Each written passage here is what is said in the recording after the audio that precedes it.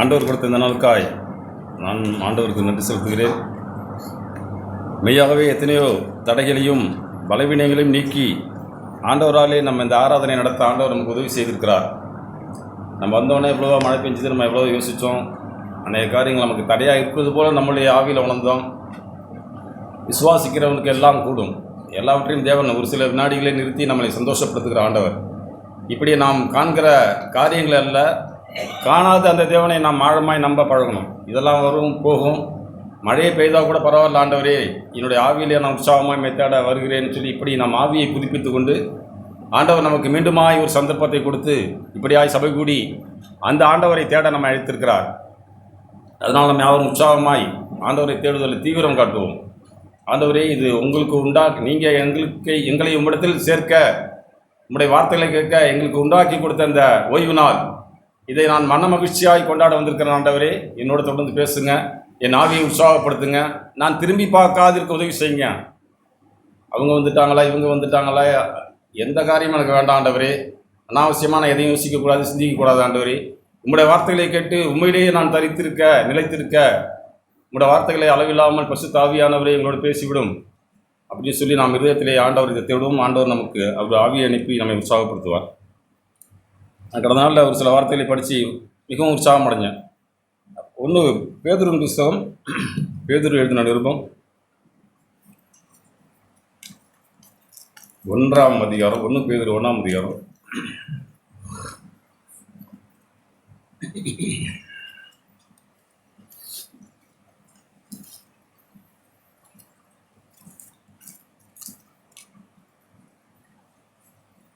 1 பேதுரு 1ஆம் அதிகாரம். இப்படி அநேக காரியங்களை பேசிக்கிட்டே வர்றாரு. 9ஆம் 10ஆம் வசனத்தில் படிக்கிறேன்னா, சரி 2 பேதுரு 1ஆம் அதிகாரம் 9-10 வசனங்கள், 10ஆம் வசனத்துன்னு படிக்கிறேன்.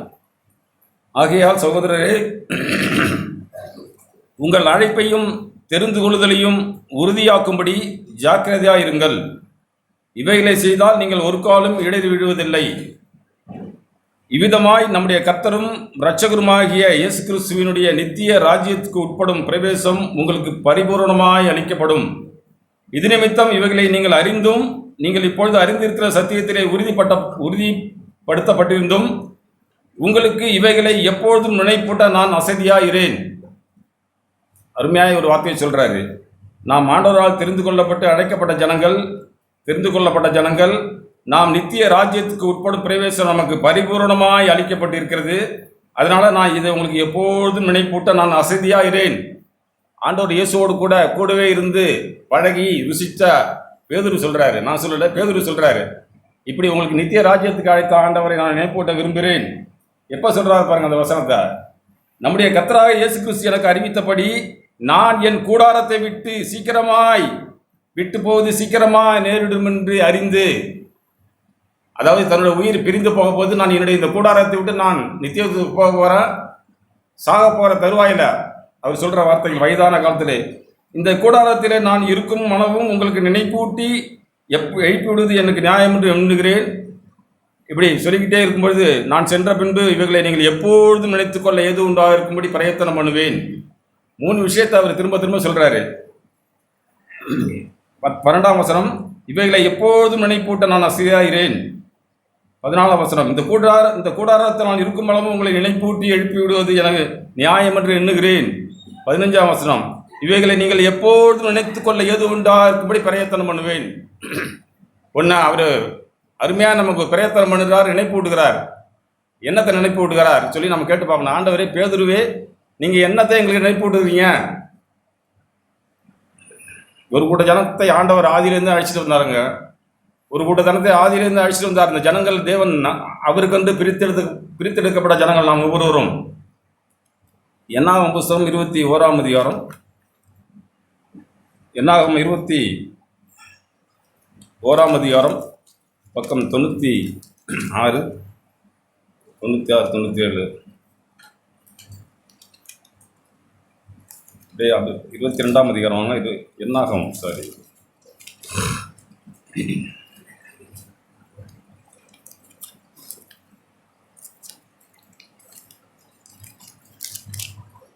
அங்கே ஒரு கூட்டத்தை தேவன் ஆதியிலேருந்தே அழைச்சிட்டு வர்றாரு. என்னாகும் புத்தகத்தில் அப்படி அழைச்சிட்டு வந்து 22ஆம் அதிகாரம், அப்படியே வந்து 22ஆம் அதிகாரம் 4ஆம் வசனம், பக்கம் 200. மீதியானின் மூப்பரை நோக்கி, மாடு வெளியின் புல்லை மேய்கிறது போல இப்பொழுது இந்த கூட்டம் நம்மை சுற்றி இருக்கிற யாவையும் மேய்ந்து போடும். ஒரு கூட ஜனங்களை ஆண்டவர் இப்படியே அடிச்சுக்கிட்டே வர்றாரு. அந்த ராஜா பயப்படுறாரு. மாடு மேய்கிறது போல இந்த ஜனங்கள் நம்மளை அழிச்சு போட்டுருவாங்களேன்னு பயப்படுறாரு. அப்படியே கொண்டுகிட்டே வர ஆண்டவர் 11ஆம் வசனம், பூமியின் விசாலத்தை மூடுகிற ஒரு ஜனக்கூட்டம் எகிப்திலிருந்து வந்திருக்கிறது. பூமியின் விசாலத்தை, பூமியை மூடுகிற ஒரு கூட்டத்தை ஆண்டவர் ஆதியிலேருந்து தெரிந்து கொண்டு அழிச்சிட்டே வர்றாருங்க. இப்படி அழிச்சிட்டு வர ஜனங்களுக்கு 23ஆம் அதிகாரம் அவர் எப்படி சொல்றாரு பாருங்க. அந்த ராஜா அந்த ஜனங்களை சபிக்க சொல்றாரு. ஆனால் அந்த ராஜா சபிக்கல. 9ஆம் வசனம் 23:9, கண்மலை உச்சியிலிருந்து நான் அவனை கன்று குன்றுகளிலிருந்து அவனை பார்க்கிறேன். அந்த ஜனங்கள் ஜாதிகளோடைய கலவாமல் தனியே வாசமாக இருப்பார்கள். ஒரு கூட ஜனத்தை ஆண்டவர் ஆதியிலிருந்து தெரிந்து கொண்டு தமக்கென்று வாழும்படி, தனியே இருக்கும்படி, ஆண்டவரை நம்பும்படி, ஆண்டவரை தேடும்படி, அந்த நம்பிக்கைக்கு உரிய தேவனை சார்ந்து வாழும்படி ஆதியிலிருந்து ஆண்டவர் கூட்ட ஜனத்தை ஆயத்தப்படுத்தி நடந்து கொண்டுகிட்டே வராங்க. அந்த ஜனத்துக்கு ஆண்டவர் உன்னை நினைப்பட்டு சொல்லிதான் இப்போ அந்த ஜனங்கள் எல்லாம் அழிந்து எல்லாம் மறைஞ்சு போயிட்டாங்க. நான் புதிய ஏற்பாட்டுக்கு வந்துட்டோம். இப்போ புதிய ஏற்பாட்டில் வந்தோடனே பேதுரு என்ன நினைப்பட்டு சொல்கிறாருன்னா, லூக்கா 22ஆம் அதிகாரம்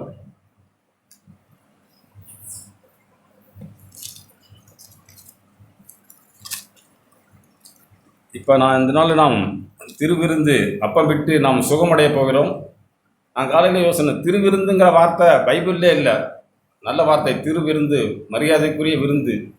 திருவிருந்துன்னா அது ஆண்டவருக்குன்னு பாடல் வழியாகவோ எப்படியோ அது திருவிருந்துன்னு என்று பெயர் சூட்டப்பட்ட அந்த விருந்துக்கு நான் போகிற ஆண்டவரே, என்னை என்னுடைய ஆவியினால் ஏற்படுங்க. நான் விருந்தை புசித்து விருந்துக்கு போயிட்டு நான் பலவீனமாக திரும்பி போகக்கூடாது ஆண்டவரே, பலப்பட்டு வரணும் அப்படிங்கிற ஆவியோடு கூட நாம் திருவிருந்து ருசிக்க வந்திருக்கிறோம். இங்கே வரும்போது 22ஆம் அதிகாரம் லூக்கா 22:19 ஒரு வார்த்தை இயேசு சொல்றாரு, இது உங்களுக்காக கொடுக்கப்படுகிற என்னுடைய சரீரமாக இருக்கிறது, என்னை நினைவு கூறும்படி இதை செய்யுங்கள். அங்கே பேதுரு என்ன நினைவு கூற வந்தாருன்னா, இயேசுவை நினைவு கூறும்படி நான் ஒன்று சொல்கிறேன். இயேசு உங்களுக்குன்னு செய்த காரியங்களை நீங்கள் மறந்துடாதீங்கப்பா. இயேசுவே உங்களுக்கு நித்திய ராஜ்யத்துக்கு உங்களை அழைத்து போங்க, இந்த பூமிக்கு இறங்கி வந்தார். உங்களுக்கு நித்திய ராஜ்யம் பரிபூர்ணமாக அளிக்கப்பட்டிருக்கிறது. வாடுகிற பூமியில கொஞ்ச கால வாழ்க்கையை நீங்கள் ஆண்டவருக்குன்னு வாழுங்க, உங்களை பெரியப்படுத்தாதீங்க. இயேசுவை நீங்கள் பாருங்க, அவரை உற்று பாருங்க, அவரை பார்க்கும்படி என்னை நினைவு கூறும்படி இதை செய்யுங்கள் என்றார்.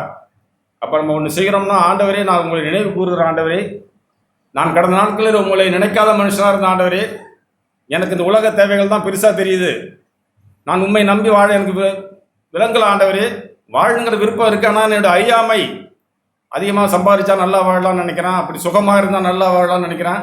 அது நம்மளுடைய அறியாமை. தேவனே எனக்கு எல்லாவற்றையும் கூட்டி கொடுப்பாருங்கிறத அந்த ஞானத்தை எனக்கு தாங்க ஆண்டவரே. முதலாவதாக நான் உங்களை தேடுகிறேன், மற்ற எல்லாம் நீங்கள் எனக்கு கூட கொடுப்பீங்கிற விசுவாசத்தோடு கூட ஆண்டவரே நான் வந்திருக்கிறேன். வந்து இந்த நாளிலும் கூட ஆண்டவரே உண்மை நான் நினைவு கூறுகிறேன் ஆண்டவரே. நீங்கள் எனக்கு என்ன செய்தீங்க அதை நான் நினைக்கிறேன் ஆண்டவரே. நானும் நம்மில் அனைவரும் இயேசு நமக்கு செய்ததை நினைக்கிறீங்க. ஏதோ வந்தோம் போனோம், இயேசுங்கிற ஒரு ஆண்டவர் வந்தார்னு சொல்லி நீங்கள் சொல்கிற மாதிரி உலகமே சொல்லுது. இந்த உலகத்தாரே சொல்கிறாங்க இயேசுங்கிற ஆண்டவர் இருந்தார். இயேசு ஆண்டவர் இந்த பூமிக்கு வந்த பிறகு தான் கிபின்னு உலகம் வரலாறே அவரை பிரிச்சிருக்கு. இயேசு ஆண்டவர்னு யாரும் சொல்லாமல் இல்லை, எல்லாரும் இயேசுவே ஆண்டவர்னு சொல்கிற ஜனங்கள் அநேகர் இருக்கிறாங்க. நானும் நீங்கள் என்ன விசேஷித்தவர்கள். அவரை நம்பி ஆண்டவரே மனுஷனாக இந்த பூமிக்கு வந்து எனக்காக நீங்கள் செய்த காரியங்களை நான் நினச்சி பார்க்குறேன் ஆண்டவரே. நான் அதை நினச்சி பார்க்குறேன். நீங்கள் இந்த பூமிக்கு இறங்கி வந்து ஏதோ வாங்க என்னை பின்பற்றி வாங்க சொல்லி ஆண்டவர் முன்னாடி போய்கிட்டே இல்லைங்க. எனக்காக தம்மை தாமே சிறுவிலே ஒப்பு கொடுத்து என்னை பின்பற்றி வா என்று அழைத்த ஆண்டவரே, ஆசையாய் பின்பற்றி வர விரும்புகிற ஆண்டவரே, என்னை உங்களை எனக்கு நினைப்பூட்டுங்க. பரிசுத்த ஆவியானவரே, நீர் எனக்கு செய்த காரியங்களை நினைக்க தெரியல ஆண்டவரே. ஏதோ ஒரு தெய்வம் இருக்குது, சபை இருக்குது, நான் போகிறேன், அங்கே ஒரு 100 பேர் கூடுறாங்க அப்படிங்கிற ஆவியில் நான் வரவே கூடாதுங்க. அதெல்லாம் நல்லது தான். அதற்கு மேலாய் ஆண்டவரே, இது ரத்தம் சிந்தி மீட்டு சபையிலே என்னை அமர செய்து உங்களோட வார்த்தைகள் மூலமாக என்னை உற்சாகப்படுத்தி பூமியிலே என்னை வாழ செய்திருக்கிறீரே. ஐடி பிரதர் சவுண்டை போகிறீங்க பிரதர். என்னுடைய இயல்பான குணமே சத்தமாக பேசுகிறது தான். சாரி, சத்தமாக பேசுகிறேன்னு என்னை வருத்தப்படாதீங்க.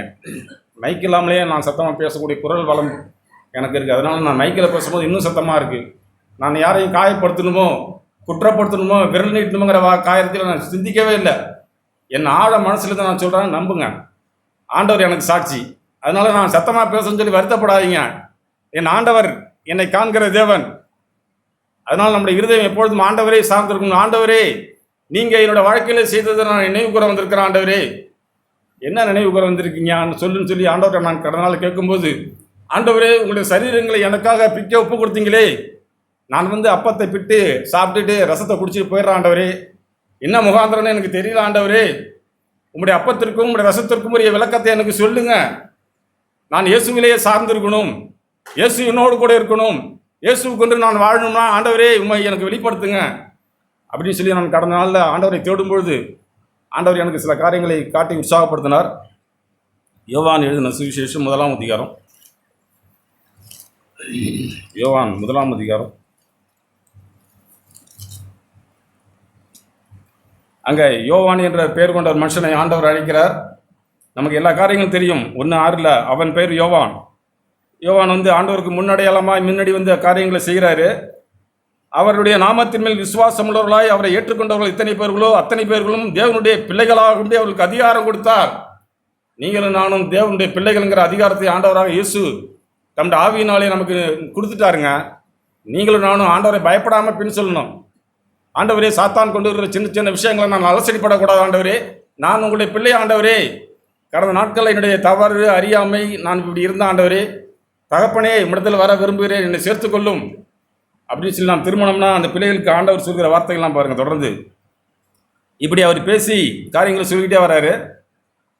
அவர் இயேசுங்கிறத அவருக்கு எப்படி ஆண்டவர் தீர்க்கமாக சொன்னார் பாருங்க. 20ஆம் வசனம், 26ஆம் வசனம். யோவான் அவர்களுக்கு பிரயுத்தரமாக, நான் ஜலத்தினாலே ஞானஸ்நானம் கொடுக்கிறேன், நீங்கள் அறியாதிருக்கிற ஒருவர் உங்கள் நடுவிலே நிற்கிறார். என் ஆண்டவர் என் நடுவிலே நிற்கிறார். அவர் எனக்கு பின்வந்தும் என்னிலும் மேன்மை உள்ளவர். அவருடைய பாதரட்சியின் வாரை அழுப்பதற்கு நான் பாத்திரன் அல்ல. இயேசுவே அவர் பார்க்கலீங்க. இயேசுவை பார்க்காத யோவானுடைய ஆவி எப்படி சொல்கிறார் பாருங்க. நான் அவருக்கு முன்னாடி வந்தும் என்னிலும் அவர் மேன்மை உள்ளவர். அவருடைய பாதரட்சியின் வாரை அழுப்பதற்கு நான் பாத்திரன் அல்ல இப்படின்னு சொல்லிட்டு வர யோவான் 29ஆம் வசனம். இதோ உலகத்தின் பாவத்தை சுமந்து தீர்க்கிற தேவ ஆட்டுக்குட்டி. ஏதோ உங்களுடைய என்னுடைய பாவத்தை மாத்திரம் இல்லைங்க, அண்ட சராசரங்களிலும் உள்ள ஆண்டவர் உலகத்தின் பாவத்தை சுமந்து தீர்க்க வெளிப்பட்ட தேவ ஆட்டுக்குட்டி. ஆண்டவரே, அதை நான் அறியணும். ஆண்டவரே, உங்களை நான் நினைப்போட்டணுமே, உங்களை நான் நினைச்சுக்கணுமே. ஆண்டவரே, என் இருதயம் உங்களுடைய அன்பினால் நிறையப்படணும். ஆண்டவரே, எந்த சூழ்நிலையும் உங்களுடைய அன்பு என்னை உங்களை விட்டு என்னை பிரிக்காது இருக்க கடவுது. ஏன்னா ஆண்டவர் நமக்கு செய்த காரியங்களை நம்ம நினச்சி பார்த்தோம்னா நம்ம போகவே மாட்டாங்க. சும்மா சாப்பாட்டுக்கும் பணத்துக்கும் இந்த உலக ஆசாபாசங்களுக்கும் ஆண்டவரே நான் இடம் கொடுக்கக்கூடாது. ஆண்டவரே, கடந்த கால வீழ்ச்சிகளை என்னை மன்னித்து மறந்து மண்டையில் திருப்பி விடும். நான் திரும்ப விரும்புகிறேன் ஆண்டவர்னு சொல்லி வந்தால் போதுங்க. தன்னிடத்தில் வருகிற ஒருவனையும் ஆண்டவர் புறம்பே தள்ளுகிற தேவன் இல்லை. கடைசி வரைக்கும் யூதாசுக்கு ஆண்டவர் சந்தர்ப்பத்தை கொடுத்துட்டே இருந்தார். சிநேகிதனே, நண்பனே, முத்தத்தினாலா என்னை காட்சி கொடுக்கிறான்னு சொன்னார். அவன் இருதயம் கடினப்பட்டு தாங்க யூதாஸ் போனார். நம்முடைய இருதயம் கடினப்படாமல் ஆண்டவரே வந்துடுறான், ஆண்டவரே என்னை மன்னிச்சிருங்க, ஆண்டவரே 7-70 முறை மன்னிக்கிற ஆண்டவரே, உண்மை நான் நினைக்கிறேன் ஆண்டவரே, நீர் எனக்காக சிறுவிலே சிந்தின ரத்தத்தை நான் நினச்சி பார்க்குறேன் ஆண்டவரே, இப்படியெல்லாம் சொல்லி நான் நினச்சோம்னா போதுங்க. பேதுரு அதை தான் நினைப்பூட்டுகிறார். நான் சாக போகிறதுக்கு முன்னாடி உங்களுக்கு உன்னை நினைப்பூட்டு அசதியாகிறேன். ஆண்டவரை எனக்காக உங்களுக்காக ஒன்றை செய்து முடித்தார். அந்த ஆண்டவரை நான் தொடர்ந்து பின்பற்றி வரும்பொழுது யோவான் சொல்கிறாரு, இதோ உலகத்தின் பாவத்தை சுமந்து தீர்க்க தேவ ஆட்டுக்குட்டி வருகிறார் அப்படின்னு சொல்லிட்டு அவரோட காரியங்களை வெளிப்படுத்திட்டு 32ஆம் வசனம். ஆவியானவர் புறாவை போல் வானத்திலிருந்து இறங்கி இவர் மேல் தங்கினதை கண்டேன். நானும் அவரை அறியாதிருந்தேன். ஆனாலும் ஜலத்தினால் ஞானஸ்நானம் கொடுக்கும்படி என்னை அனுப்பினவர். ஆவியானவர் இறங்கி யார் மேல் தங்குவதை நீ காண்பாயோ அவரே பரிசுத்த ஆவியினாலும் ஞானஸ்நானம் கொடுக்கிறார் என்று எனக்கு சொல்லி இருந்தார். ஆண்டவர் அவர் யோவான்கிட்ட இருதயத்தில் பேசிட்டாருங்க. பரிசுத்த ஆவியானவர் யார் மேல் தங்கி இருக்கிறாரோ அவர் தான் இயேசு. அவர் தான் உலகத்தின் பாவத்தை சுமந்து தீர்க்க வந்த என்னுடைய மகன். யோவானுக்கு ஆண்டவர் நேரடியாக பேசிட்டாரு. அந்தபடியே நான் கண்டு அவரை தேவனுடைய குமாரன் என்று சாட்சி கொடுத்து வருகிறேன். எப்படி இயேசுவை குறித்து அப்படி இன்ட்ரடியூஸ் பண்ணுறாரு பாருங்க. அதுபோல் நம்முடைய வாழ்க்கையில் இயேசுவை கண்ட நாம் ஆண்டவரே, எப்பொழுதும் நான் உண்மை ருசிக்கணும் ஆண்டவரே, என் வாழ்க்கையிலே நீர் முதலாவது இடமா இருக்கணும் ஆண்டவரே, மற்ற எல்லாம் எனக்கு ரெண்டாவது சத்தத்தை தூக்கி தான் பேச வருது. ஒரு நாள் என்னுடைய மனைவி சீக்கிரமாக வீட்டுக்கு போகணுன்னு சொன்னீங்களே, வரலீங்களே அப்படின்னு கேட்டாங்க. அவங்க குற்றமாக எடுத்துக்கிட்டா கூட பரவாயில்ல, என்கிட்ட இது வரைக்கும் கேட்கல, நேர்மையாக சொல்கிறேன். நீ எனக்கு வீட்டில் தான் மனைவி, சபைக்கு வந்தால் சபை தான் எனக்கு மனைவி. நான் சும்மா பெருமைக்கெல்லாம் சொல்லவே இல்லை, சொன்னதே கிடையாது. வீட்டில் தான் நீ எனக்கு மனைவி, எனக்கு சந்தோஷத்தை கொடுக்கக்கூடிய மனைவி, என்னை போஷிக்கிற தாய், எல்லாம் நீ சரிதான். ஆலயத்துக்கு நான் சபையோட வேலை, சபைக்குன்னு வந்துட்டா எனக்கு ஆண்டவர் தான் மனைவி மாதிரியும் தகப்பன் மாதிரியும் தாய் மாதிரியும் எனக்கு வர மனசு இருக்காது. போவோம், பொறுமையாக போகணும்னு சொல்லி அவங்க கேட்டதுலையும் தப்பு கிடையாது, நான் சொன்னதுலையும் தப்பு கிடையாது. ஆனால் என்னோட ஆவி மெய்யாகவே ஆண்டவரே நீங்கள் தான் எனக்கு ஆண்டவரே எல்லாம். எனக்கு நீங்கள் கொடுத்த மனைவி, நீங்கள் கொடுத்த பிள்ளைகள், நீங்கள் கொடுத்த சகோதரன், நீங்கள் கொடுத்தது. ஆனால் இங்கே வந்தால் நீங்கள் தான் ஆண்டவரே, நீங்கள் தான், உங்களை இல்லாமல் ஒன்றும் இல்லை ஆண்டவரே. இப்படி நாம் ஆண்டவரை சார்ந்து, ஆண்டவரே நீங்கள் செய்த காரியங்களை நினச்சி பார்க்குறேன் ஆண்டவரே. எனக்காக நீ பட்ட பாடுகளை சிலுவையிலே ஒருத்தன் இயேசுவை பலார்னு அறைகிறாருங்க. ஒரு போர் சேவகன், சாதாரண கூலிக்காரன் இயேசுவை அறையும் பொழுது இயேசு அந்த அறையை உங்களுக்காகவும் எனக்காகவும் ஏற்றுக்கொண்டார். ஒருவன் இயேசுவை முகத்திலே காரி துப்புறான், இயேசு உங்களுக்காகவும் எனக்காகவும் அதை ஏற்றுக்கொண்டார். அதை தாங்க நினச்சி பார்க்கணும். ஆண்டவரே என்னுடைய பாவத்தையும் அக்கிரமத்தையும் சுமக்க வந்த நீங்கள் ஈஸியாக போய் சுமந்துடலாமே. இவ்வளவு அவமானங்களையும் துக்கங்களையும் நிந்தைகளையும் பரியாசங்களையும் ஏற்றுக்கொண்ட ஆண்டவரே. ஏசாயா 53ஆம் அதிகாரத்தில் தீர்க்கதரிசி அருமையாக எழுதிட்டாருங்க. என்னுடைய மீறுதலுக்காய் அவர் தண்டிக்கப்பட்டார். 53ஆம் அதிகாரம் ஏசாயா 53.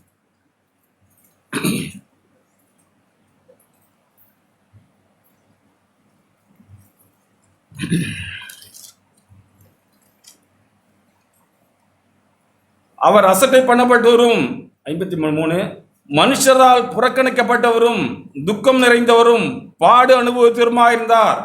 அவரை விட்டு நம்முடைய முகங்களை மறைத்து கொண்டோம். அவர் அசட்டை பண்ணப்பட்டிருந்தார், அவரை எண்ணாமல் போனோம். அது யாரோ தெரில, அங்கே ஒரு மனுஷனை அடிக்கிறாங்க, காரி துப்புறாங்க, அது எனக்கு தெரியல, எனக்கு அதுக்கு சம்மந்தமே இல்லைன்ட்டு நம்ம போட்டு மனுஷன் போயிட்டா இருக்காங்க.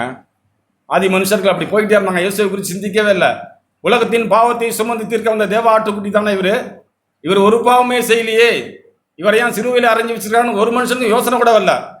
ஒரு மனுஷனுக்கு மாத்திரம் யோசனை வந்தது. யோசனை வந்தவன் அன்னைக்கு ஆண்டவர் கூட பரதேசி போயிட்டாருங்க.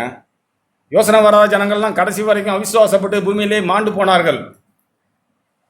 மெய்யாகவே அவர் நம்முடைய பாடுகளை ஏற்றுக்கொண்டு என்னுடைய துக்கங்களை சுமந்தார்.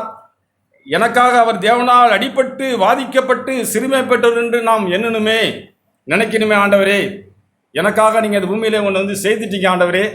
சும்மா செய்யாத, நடக்காத, வாழாத ஒரு ஆண்டவரை நம்ம பின்பற்றலைங்க.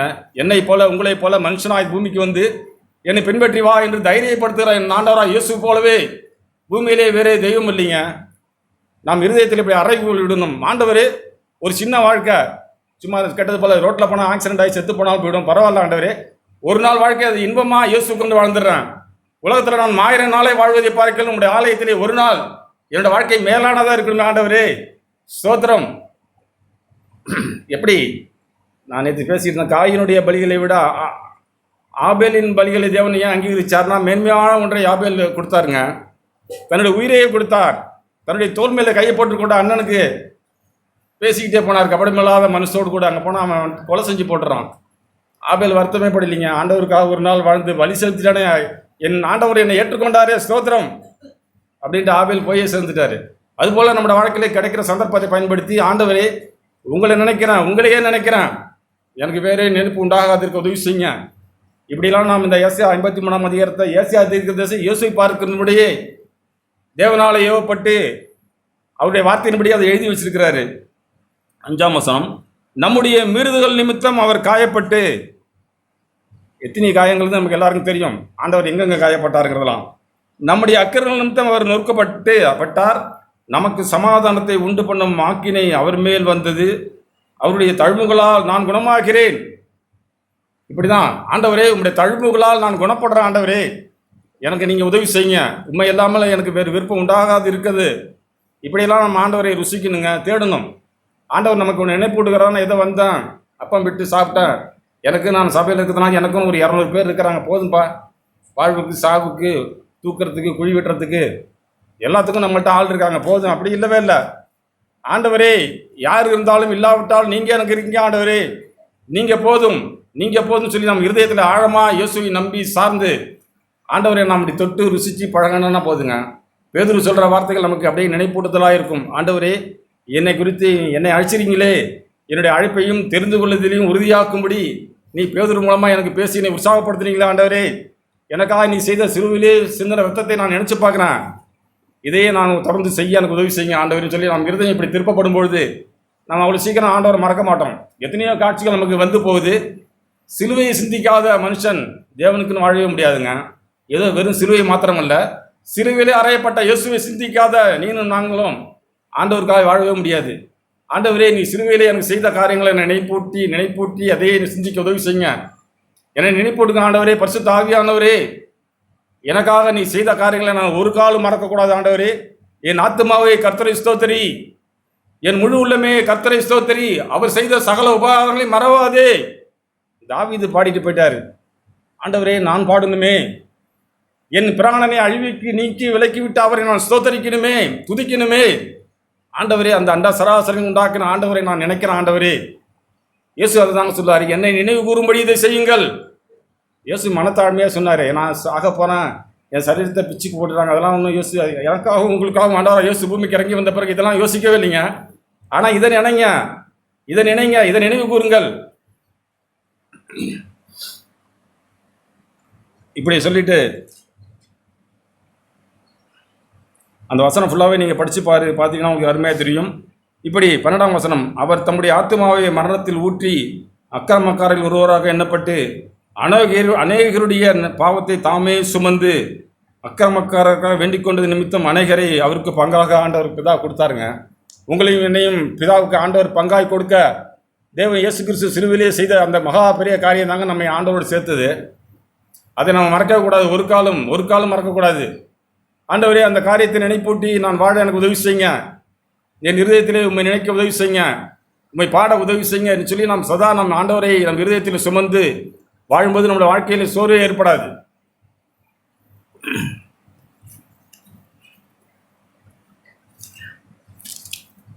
ஒரு எசேக்கியேல் புஸ்தகம் 22ஆம் அதிகாரம்.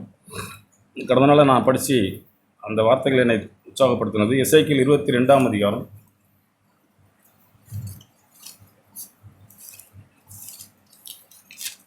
எசேக்கியேல் புஸ்தகம். அங்கே ஒரு சம்பவத்தை, நாம் ஒரு தேசத்தை ஆண்டவர் ஆசீர்வதிக்கிறாரு.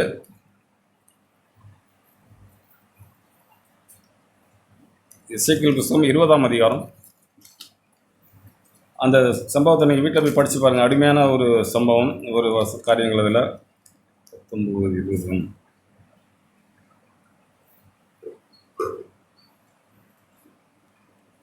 20ஆம் எசேக்கியேல் 20 கிருபை செய்தேன்னு ஒரு வார்த்தை வரும்.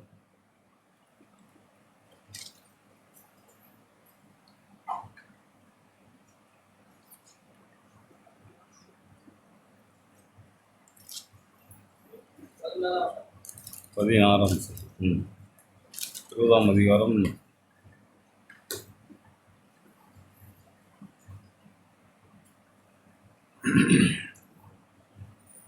இதான் எத்தனை வசனம்? 20:14ங்களா? சரி.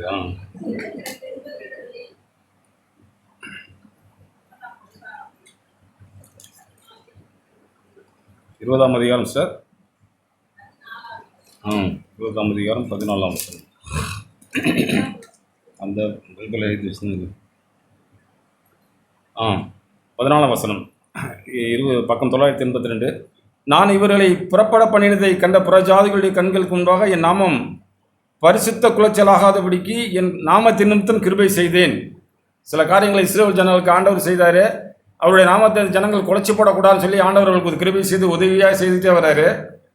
ஆகிலும் 22ஆம் வசனம், நான் என் கையை திருப்பி நான் இவர்களை புறப்பட பண்ணினதை கண்ட புறஜாதிகளுடைய கண்களுக்கு முன்பாக என் நாமம் பரிசுத்த குலைச்சல் ஆகாதபடிக்கு என் நாமத்தின் நிமித்தம் கிருபை செய்தேன்.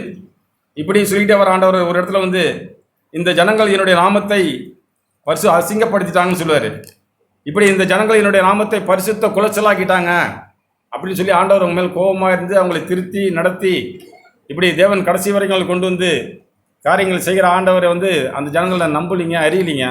ஆனால் புதிய ஏற்பாட்டில் வாழற நீங்களும் நானும் இயேசு உங்களைப் போல என்னை போல இந்த பூமிக்கு இறங்கி வந்து என்னை பின்பற்றிவான்னு சொல்லி அந்த அழைத்த ஆண்டவரை நாம் சீக்கிரமாக விட்டுட்டு போகவே மனசு வரக்கூடாது. ஆண்டவரே நீர் நான் உண்மையில் கொண்டிருந்த அந்த ஆதி அன்புக்கு நான் திரும்பிடுறேன் ஆண்டவரே.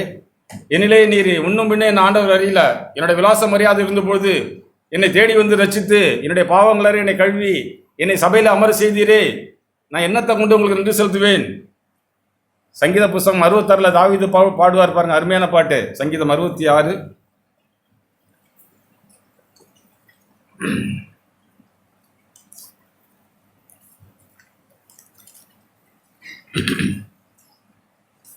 சங்கீதத்தில் சொல்றாங்க, ஜனங்களே தேவனை துதிக்கும் சத்திரத்தை கேட்க பண்ணுங்கள்.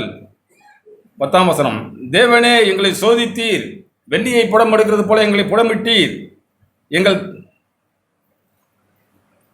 எங்களை வலையிலே அகப்படுத்தி எங்கள் இடுப்புகள் மேல் வருத்தமான பாரத்தை ஏற்றினீர். மனுஷரை எங்கள் தலையின் மேல் ஏறிப்பாக பண்ணுகிறீர். அநேக காரியங்களை தேவனே கடந்து வந்தோம். சர்வாங்க தகன பலியோடு அதுக்கு மேல தீயையும் தண்ணீரையும் கடந்து வந்தோம். ஆண்டவரே உம்மை நம்புகிற உம்மை தேடுகிற சபையிலே என்னை கொண்டு வந்து சேர்த்து விட்டீரே. தாவீது ஆண்டவரோட ஆவியினால் நடத்தப்பட்டு அநேக பாடுகள் வழியாய் ஓடும் பொழுதும் காடுகளிலும் ஆண்டவரை தேடி தேடி பாடல் வழியாய் ஆண்டவரை மையப்படுத்தின தேவ மனுஷனுங்க. அதுபோல் நம்முடைய வாழ்க்கையில் எப்பொழுதுமே தேவனே நான் உண்மை நினைக்கிறேன் ஆண்டவரே, என்னுடைய தாழ்வில் நம்மை நினைத்தவரை துதிங்கன்னு சொல்லி நம்ம கடந்த நாளில் கேட்டோம்.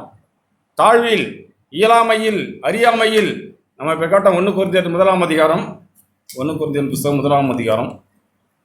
நாம் கேட்கிற காரியங்களை நாம் கவனமாக கேட்டோம்னா நமக்கு ஆண்டவரே காரியங்களை உணர்த்துவாருங்க. 1ஆம் அதிகாரத்தில் இப்போ நாம் காலையிலே கேட்டோம், சிலுவை பற்றிய உபதேசம் கெட்டுப்போவர்களுக்கு பைத்தியமாக இருக்கிறது, ரட்சிக்கப்படுகிற நமக்கும் அது தேவபலனாக இருக்கிறது. அந்தபடியே ஞானிகளுடைய ஞானத்தை நான் அழித்து புத்திசாலியை புத்தி அவமாக்குவேன் என்று எழுதியிருக்கிறது அப்படின்னு சொல்லிட்டு, இந்தபடி 26ஆம் வசனம், சகோதரரே நீங்களும் நானும் அழைக்கப்பட்ட அழைப்பை நாம் பார்க்கணுங்க. ஆண்டவரே நான் ஞானி இல்லை, ஆண்டவரே நான் வல்லவன் இல்லை, நான் பிரபு இல்லை. ஞானிகளை வெட்கப்படுத்தும்படி இந்த சாதாரண 3 வீலை நம்பி வாழ்கிற இந்த மனுஷனை தெரிந்து கொண்டிரு, உங்களுக்கு ஸ்தோத்திரம். ஆண்டவரே பைத்தியமாக இருந்த என்னை தெரிந்து கொண்டீரே. உலகம், பணம், அது இருந்தால் போதும், அது இருந்தால் போதும், பணம் இருந்தால் அது சாய்ச்சொல்லான்னு சொல்லி ஓடின என்னை, பைத்தியமாய் பணத்துக்கு முன்னாடியே வாழ விரும்பின என்னையை நம்பி வாழ்ந்த என்ன மாதிரி ஒரு மூட்டை கூலி பிடிக்க யாருமே முடியாது சொல்லி என்னை நம்பின தேவனே நீ உடைத்து உருவாக்கி பைத்தியமாக இருந்த என்னை உச்சமாய் திருப்பினீங்களே. பலமுள்ள மனுஷர்கள் வெட்கத்தும்படி என்னை ஆண்டவரை பலவீனமாய் கடந்த விசாரிக்காத இருந்த என்னை எந்த சொந்தக்காரங்களும் விசாரித்தது கிடையாது. அதனால தான் நான் தெளிவாக தைரியமாய் பேசுகிறேன். சமீபத்தில் என்னுடைய பொண்ணுக்கு கல்யாணம் வச்சோம். எங்கள் சம்பந்தி கேட்டார், உங்களுக்கு சொந்தக்காரங்களாம் சொல்லி எல்லாரையும் கூப்பிட்டுருவாங்கன்னாரு. கூப்பிட்டு வரேன், சொந்தமே இல்லையே, விரல் விட்டு எண்ணிடுவேன் இந்த சொந்தம்னு சொல்லி. அவங்க 5 பேர் தான் வருவாங்க, காரியத்தை செய்யுங்க, மற்ற எல்லாம் எனக்கு ஆண்டோடைய பிள்ளைகள் தான் வருவாங்கன்னு சொல்லி என் ஆண்டவரை என் இருதயம் சந்தோஷமாக ஏற்றுக்கொண்டுதுங்க. நான் பெருமைக்கு ஒரு காலம் வாழ விரும்பவே இல்லை. ஆண்டவரே என்னுடைய பெருமையை உடைத்து நொறுக்குங்க ஆண்டவரே, நான் ஆதி நிலைக்கு திரும்பி போயிடுறேன். எங்கள் கடகோடியில் கடந்த என்னை கொண்டு வந்து உங்களுடைய சபையில் அமர செய்தீரே, உண்மை துதிக்க செய்தீரே, நான் மறந்துடக்கூடாது ஆண்டவரே. அதை நான் நினைச்சு பார்க்க உதவி செய்யுங்க. அதற்கு மேலே எனக்காக நீங்கள் ரத்தம் சிந்தி என்னை விட்டு கொண்டீங்களே, உண்மை நடு ரோட்டில் இழுத்துட்டு போனாங்களே, எனக்காக நீங்கள் அடிபட்டு சிறுமைப்பட்டு ஆண்டவரே காரியங்களை செய்தீங்களே. நேற்றைய தினம் வரைக்கும் எனக்கு ஞாபகம் இல்லை ஆண்டவரே, இன்னைக்கு நான் ஞாபகப்படுத்திருக்கீங்க. பேதுரு மூலமாக என்னை ஞாபகப்படுத்திருக்கீங்க. நான் நித்திய ராஜ்யத்துக்குரிய மனுஷன். இந்த பூமியிலே இன்னைக்கு ராத்திரியே நான் இறந்து போனாலும் செத்து போனாலும் ஆண்டவரே நாளைக்கு நான் உங்களோட கூட இருப்பேன் ஆண்டவரே. அந்த நிச்சயத்தோடு நான் வாழ உதவி செய்யுங்க. பிறரை மன்னிக்க உதவி செய்யுங்க. பிறரை ஏற்றுக்கொள்ளத்தக்க மனசை எனக்கு தாங்க ஆண்டவரே. என் மனசு எப்பொழுதும் சுருக்கமாக இருக்கு ஆண்டவரே, என் மனசை விரிவாக்கி விடுங்க. இப்படிலாம் நம்ம ஆண்டவர் நினைச்சோமா போதுங்க. இப்படி நினைக்கிற உங்களையும் என்னையும் ஆண்டவர் தம்முடைய ஆவியினால் நிரப்புவார். சும்மா நான் பயப்படுத்தலாம் பேசவே இல்லைங்க. என்னை விட என்னை பயப்படுத்துகிற சூழ்நிலைகள் அதிகம் இருக்குது, மனுஷர்கள் அதிகம் இருக்கிறாங்க. நான் பயப்படுறதெல்லாம் பேசவே இல்லை. ஆண்டவருக்குன்னு வாழ வேண்டுமே, ஆண்டவரை சுமக்க வேண்டுமே. என் ஆண்டவரை யோவானை போல இதோ உலகத்தின் பாவத்தை சுமந்த தேவ ஆட்டுக்குட்டி, ஆண்டவரே என்னுடைய பாவத்தையும் சுமந்து தீர்க்க வந்தீங்களே, உண்மை நான் நினச்சி பார்க்குறேன் ஆண்டவரே. இந்த அப்பத்தை பிட்டு இந்த ரசத்தை பானம் பண்ணி நான் ஆண்டவரே பலவீனமாக போயிடக்கூடாது ஆண்டவரே. திருவிருந்து என்னை பலப்படுத்தட்டும், ஜபம் என்னை உற்சாகப்படுத்தட்டும், பாடல் என்னை உம்மிடத்தில் திருப்பட்டும் ஆண்டவரே. இப்படியெல்லாம் சாதாரணமாக பேசிட்டாங்க. நான் பைபிளை பிரட்டி உருட்டி அப்படியெல்லாம் செய்யவில்லை ஆண்டவரே. உங்களோட ஆவியினால் எனக்கு சாங்க. நானும் பைபிளை பரட்டி பார்க்குற ஆள் தான், பொய் சொல்ல வேலை நானும் கண்காணம் செஞ்சு பார்த்துக்கிட்டு தான் கேட்பேன். இப்போ ஏன்னா பொறுப்பாக நான் பேசணுமே, பொறுப்பில்லாத பேசுறீங்களே, சபையில் போய் நீங்கள் பொறுப்பில்லாத பேசுறீங்களேன்னு சொல்லி என்னையும் சொல்லுகிற சத்தம் காதல் விழுது. ஆண்டவரே எனக்கு தெரியல ஆண்டவரே, பொறுப்பாய் பேச உதவி செய்யுங்க. தப்பாக பேசுனா என்னோட வார்த்தைகள் பிறகு காயப்படுத்திருந்தா என்னை மன்னிச்சிருங்க. நான் தயங்குற வேலையே கிடையாது, காலில் விழுந்து கூட நான் மன்னிப்பு தயார். ஆனால் சரியாக பேசியிருந்தா குறை சொல்லாதீங்க. தேவனே நீங்கள் அவரை நடத்துறீங்க ஆண்டவர். தெரியல, ஒர்க் ஷாப்பில் போய் தண்ணி பாட்டில் கேட்டால் மெக்கானிக் அங்கே இருக்க பாட்டில் தான் எடுத்து கொடுப்பாரு. அது மேலே கிரீஸும் நசிங்கி இங்கே சிங்கியும் இருக்கும். பெரிய ஏசி ஹோட்டலில் போய் தண்ணி பாட்டில் கேட்டால் ஃப்ரெஷ்ஷாக கொடுப்பாங்க. எல்லாம் தண்ணியும் ஒன்று தான், நம்ம பார்க்குற விதத்தை பொறுத்து தான் இருக்குது தண்ணி. ஆண்டவரே நான் நல்லபடியாக அவரை பார்க்க உதவி செய்யுங்க, விரல் நீட்டாத இருக்க உதவி செய்யுங்க, குறை சொல்லாத இருக்க உதவி செய்யுங்க, எனக்கு கொடுத்துருக்க சபையாருக்காக நான் நன்றியாக இருக்க உதவி செய்யுங்க, செம்மையாக வாழ எனக்கு அனுக்கிரகம் பண்ண சொல்லி நான் என் ஆண்டவரை இப்படியாய் தேட விரும்புகிறேன். இப்படி தேடுகிற நம்மை தேவன் தம்முடைய ஆவியினாலே பலமாய் ஆசீர்வதிப்பார். நாம் அப்போ விட்டு சோர்ந்து போகவே மாட்டாங்க, சோர்ந்து போகவே மாட்டோம். ஏன்னா ஆண்டவர் நம்ம இப்படி கூட்டி சேர்த்து தயவாய் நடத்தி அவரோட அப்பத்தை பிட்டு பானம் பண்ணி இந்த பூமியிலே நான் நமக்கு வாழணுமே, பரிசுத்த ஆவியானவரை என்னை தொடர்ந்து உற்சாகப்படுத்துங்கன்னு சொல்லி நம்ம ஒவ்வொரு ஆண்டவர் பட்சமாக திரும்புவோம். தேவன் தொடர்ந்து நம்மை அவரோட ஆவியால் நிரப்புவார். நம்மை உற்சாகப்படுத்துகிற நல்ல ஆண்டவருக்காய் ஸ்தோத்திரம்.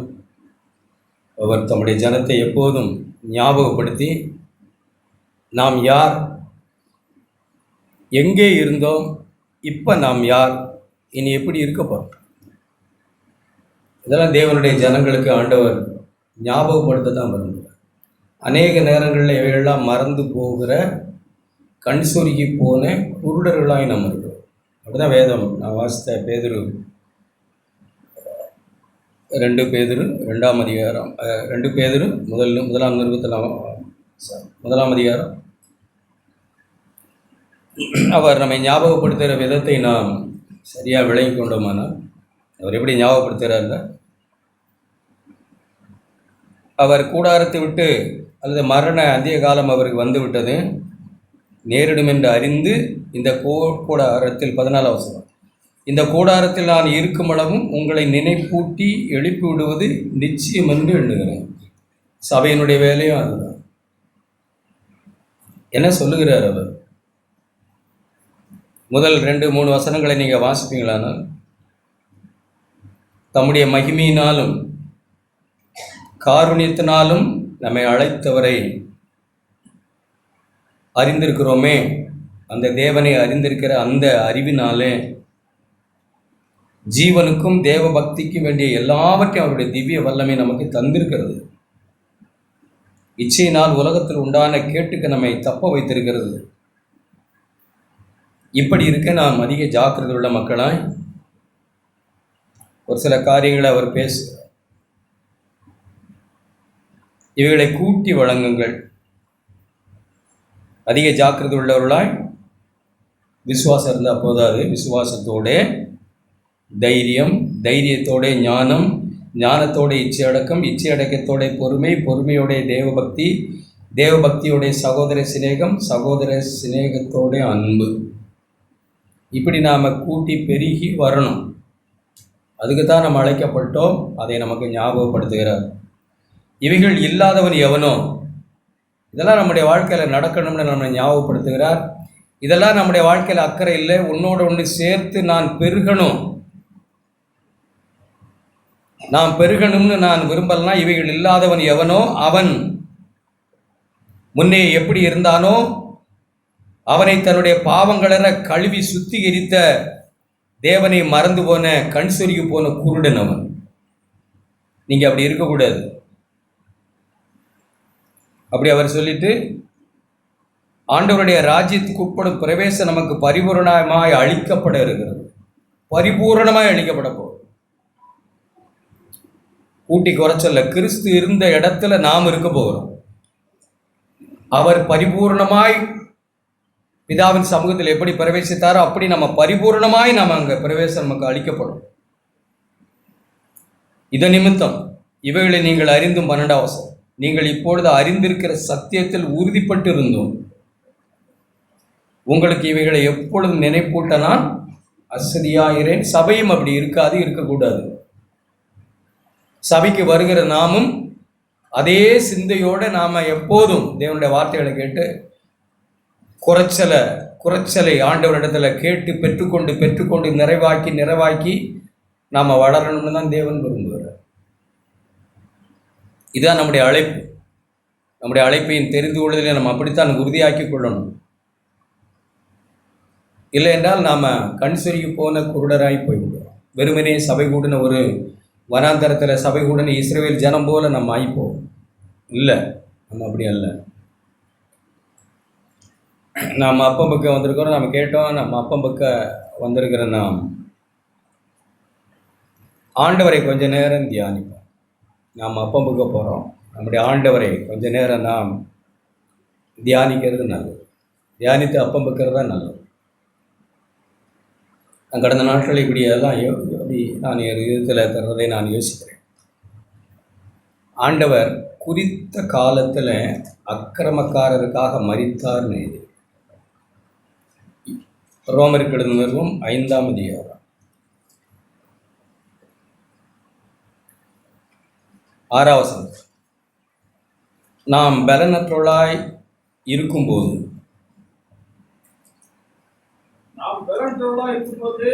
குறித்த காலத்தில் கிறிஸ்து அக்கிரமக்காரர்களுக்காக மரித்தார்.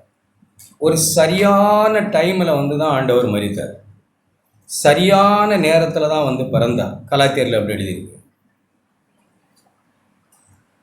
ஸ்திரீனிடத்தில் அப்படி தான் கரெக்டான நேரத்தில் தான் வந்து பிறந்தாங்க. காலம் தவறாமல் எல்லாவற்றையும் கூட்டி சேர்த்து சரியான நேரத்தில் வந்து பிறந்தார் ஆண்டவர். அதே மாதிரி சரியான நேரத்தில் தான் ஆண்டவர் மரித்தார். மரணங்கள் எத்தனையோ விதங்கள் அதுக்கு முன்னாடி நடந்தது.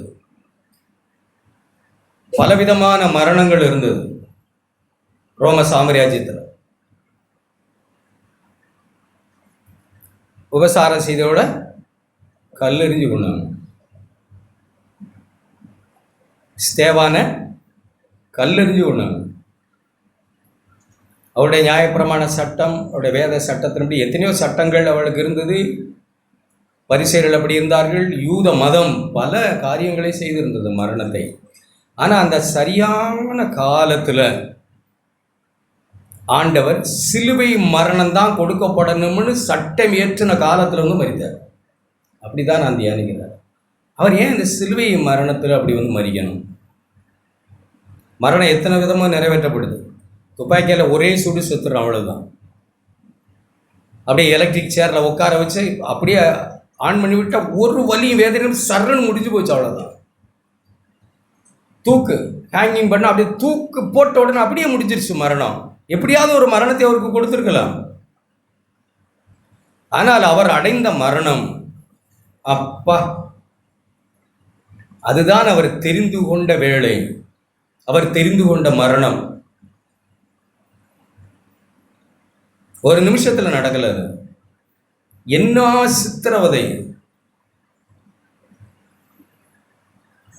எவ்வளவு பெரிய பாடுகளுக்குள் போனார் ஆண்டவர். ஏசாயா தீர்க்கதரிசன புஸ்தகம் நம்ம கேட்டோம், 53ஆம் அதிகாரம். நம்முடைய ஆண்டவர் 53ஆம் அதிகாரம் 10ஆம் வசனம் மேல் உள்ள வசனம் மட்டும் வாசிக்கிறேன். கர்த்தரோ அவரை நொறுக்க சித்தமாகி பாடுகளுக்கு உட்படுத்து. நமக்காக நம்ம வாசித்த நம்ம கேட்ட மாதிரி நாமோ அவர் தேவனால் அடிக்கப்பட்டு வாதிக்கப்பட்டவன்று எண்ணிக்கொண்டிருந்த நேரத்தில் நாம் அப்படி நினச்சி கொண்டிருந்தோம். ஆனால் தேவனோ அவரை நொறுக்க சித்தமாகி அவரை பாடுகளுக்கு உட்படுத்தினார். நாம் என்ன நினச்சிக்கிட்டு இருந்தோம்? அவர் என்ன பாவம் செய்தாரோ அவர் தேவ தண்டனை அனுபவிக்கிறதா நாம் நினச்சிட்டு துப்பிட்டு நாம் அப்படி சிரிச்சுட்டு கேவலப்படுத்தி நாமல்ல மனுஷர்கள். நாமும் அதில் அங்கம்தான். நாமும் அதில் ஒரு ஆள் தான். மறைமுகமான ஆட்கள் நாம். டைரக்டாக நாம் இல்லை. ஏன்னா நாம் எல்லாரும் வழிதப்பி போனோம். புதிய உடன்படிக்கையில் அப்படி எழுதியிருக்கு. கர்த்தரோ அவரை நொறுக்க சித்தமாகி பாடுகளுக்கு உட்படுத்தினார். ஒரு வார்த்தையை வாசி பாருங்க. மார்க் எழுதின சுவிசேஷம் 15ஆம் அதிகாரம். நாம் ஆண்டவரை தியானிச்சுக்கிட்டு இருக்கிறோம். நம்முடைய ஆண்டவரை அப்படியே நம்ம உள்ளத்துக்கு தியானிக்கணும். நம்முடைய வாழ்க்கை நல்லா ஆகணும்னா 36வது வசனம்.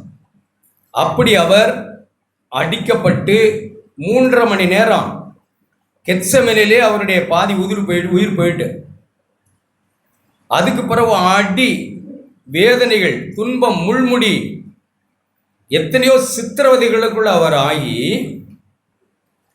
அவரை சிலுவையில் கொண்டு போய் சேர்த்துட்டாங்க, ஏற்றிட்டாங்க மேலே. 36ஆம் வசனம். ஒருவன் ஓடி கடற்காளான் காடியிலே தோய்த்து அதை ஒரு கோலிலே மாட்டி அவருக்கு குடிக்க கொடுத்தான். பிதா அவரை நொறுக்க சித்தமானார், பாடுகளுக்கு உட்படுத்தினார் நமக்காக. அவர் தாமே நம்முடைய பாடுகளை ஏற்றுக்கொண்டு நம்முடைய துக்கங்களை சுமந்தார். அந்த வலியை, அந்த வேதனையை அப்படியே சகித்தார். ராவா, அப்படிதான் சொல்லணும். அதுதான் அவர்கிட்ட இருந்த அன்பு, பேரன்பு, தேவ அன்பை நாம் அப்படித்தான் தியானிக்கணும். அந்த நேரத்தில் ஒருத்தன் அந்த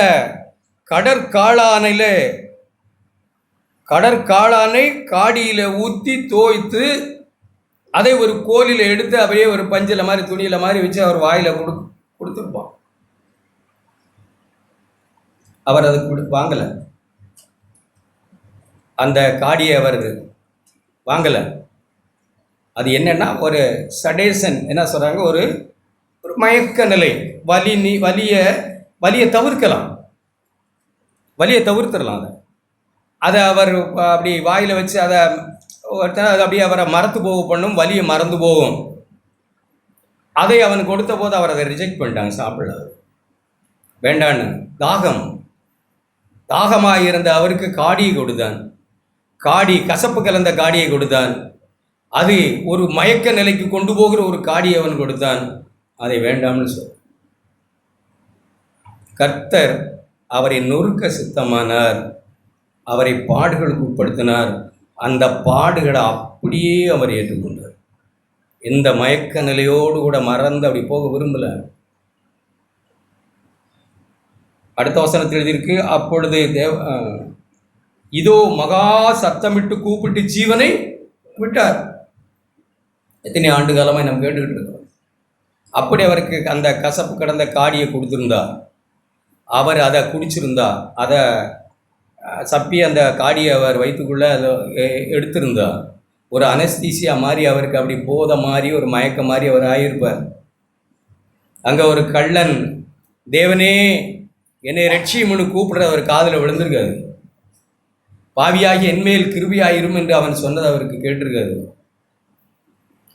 இதெல்லாம் வேண்டாம், கடைசி வரைக்கும் ரட்சிக்கணும் நம்மை. அதுதான் யாரெல்லாம் தன் பாவங்களை உணர்ந்து அவரிடத்தில் அந்த கடைசி நிமிடத்தில் அவர் ஜீவனை விட போவதுக்கு கொஞ்ச நாளைக்கு முன்னாடி கள்ளன் தேவனே என்மேல் கிருபியாயிரும், நான் நியாயப்படி தண்டிக்கப்படுகிறேன், நீர் ஒரு பாவமும் அறியாத ஒரு அநியாயமும் செய்யாதவர், நீர் நீதிபரர், சத்தியபரர், மெய்யாகவே நீர் என் பாடுகளை ஏற்றுக்கொண்டு என் துக்கங்களை பற்றி சுமக்கிறீர், நீர் உயிரோடு எழுந்து உடைய ராஜ்யத்தில் வரும்போது என்னை நினைத்துக்கும், நான் பாவி என் மேல் கிருபையாயிரும் என்று சொன்னபோது, இன்னைக்கு என் கூட பரதேசியில் இருப்பாயின்னு அவனையும் ரட்சித்துட்டேன். அப்படி மட்டும் அந்த காடி அவர் குடிச்சிருந்தாருன்னு அவர் என்ன இருந்திருப்பார்? அவர் அப்படி நினைவெல்லாம் இருக்காது, நினைவு இருந்திருப்பார். இயேசுவே இயேசுவேன்னு கூப்பிட்டுருந்தா அவர் கேட்டிருக்காரு. அப்படிப்பட்ட ஆண்டவர், அன்புள்ள நல்ல ஆண்டவர், இப்படித்தான் தம்மை நமக்கு தியாகம் செய்தார் கடைசி வரைக்கும். அப்படியே எல்லா கஷ்டங்களையும் பாடுகளையும் நமக்கு நம்ம மேலே ஏற்றுக்கொண்டார் ஆண்டவர். அப்பம் பக்கம் வந்திருக்கிறோம். நாம் எப்படி நம்முடைய காரியங்களை ஏற்றுக்கொள்வோம்? 1 கொரிந்தியர் 11ஆம் அதிகாரம்.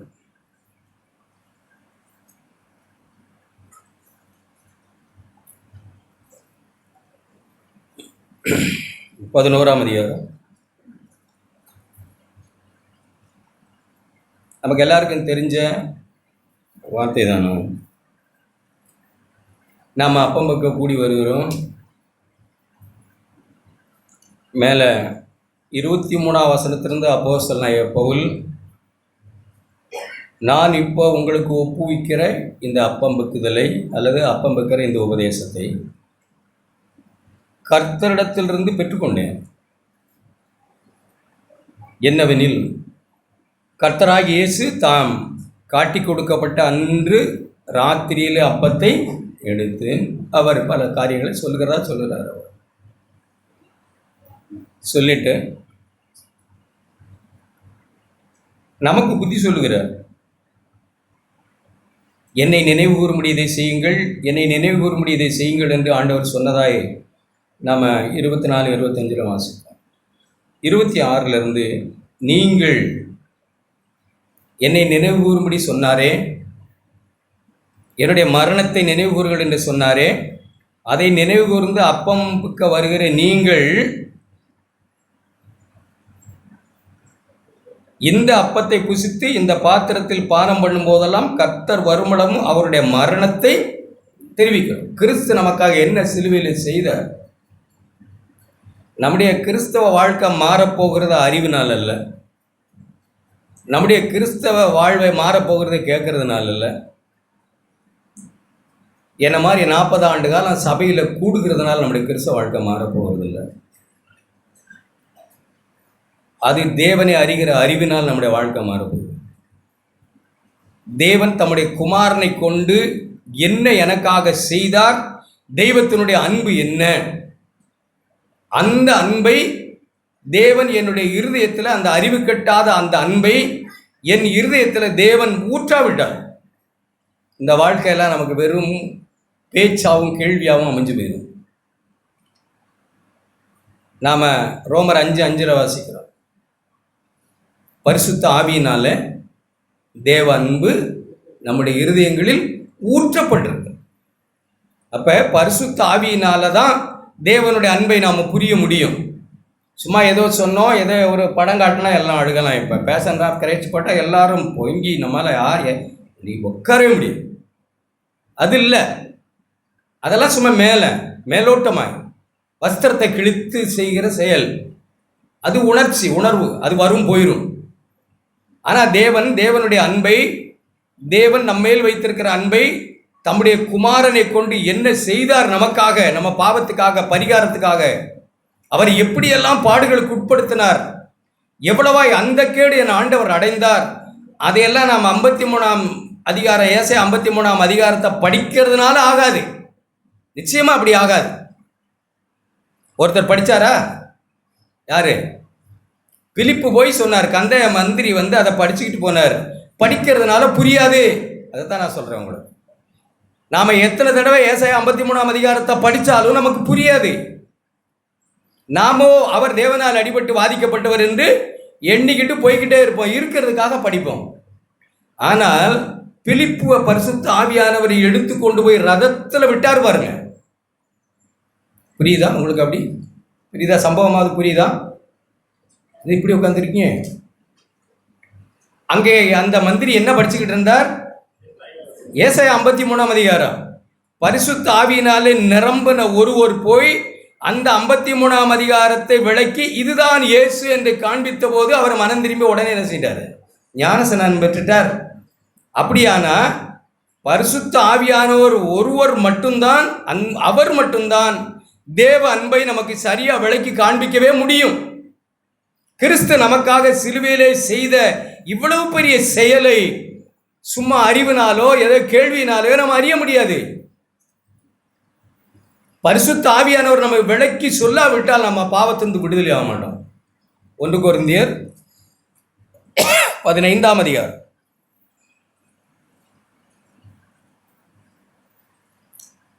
பரிசுத்த ஆவியானவர் நமக்கு கிறிஸ்துவனுடைய மரணம் உயிர்த்தெழுதலை குறித்து நமக்கு சொல்லணும். அப்போஸ்தலன் அப்படி பவுல் பேசுகிறார். 15ஆம் வசனம், 15 மரித்தோர் உயிர்த்தெழாவிட்டால் தேவன் எழுப்பாத கிறிஸ்துவை அவர் எழுப்பினார் என்று நாங்கள் தேவனை குறித்து சாட்சி சொன்னால் அது பொய்யா இருக்கும். மரித்தோர் உயிர்த்தெழாவிட்டால் கிறிஸ்துவும் எழுந்திருக்கவில்லை. இது மரணம், உயிர்த்தெழுதல் பரிசுத்த ஆவியானவராலே நடந்த செயல்கள். கிறிஸ்து எழுந்திராவிட்டால் உங்கள் விசுவாசம் அப்ப பரிசுத்த ஆவியானவர் தான் கிறிஸ்து மருத்துவரிலிருந்து எழும்பினார் என்றும், அவர் நம்முடைய பாவங்களுக்காக மெய்யாகவே அவர் நம்முடைய பாவங்களுக்காய் மரித்து அடக்கம் பண்ணப்பட்டு உயிர்த்தெழுந்தார் என்றும், அந்த வெளிப்பாடை, அந்த அன்பை பரிசுத்த ஆவியினாலே தேவ அன்பு நம்முடைய இருதயத்தில் ஊற்றப்படாவிட்டால் நாம் வெட்கப்பட்டு போவோம் அப்படின்னு அதை படிக்கலாம்.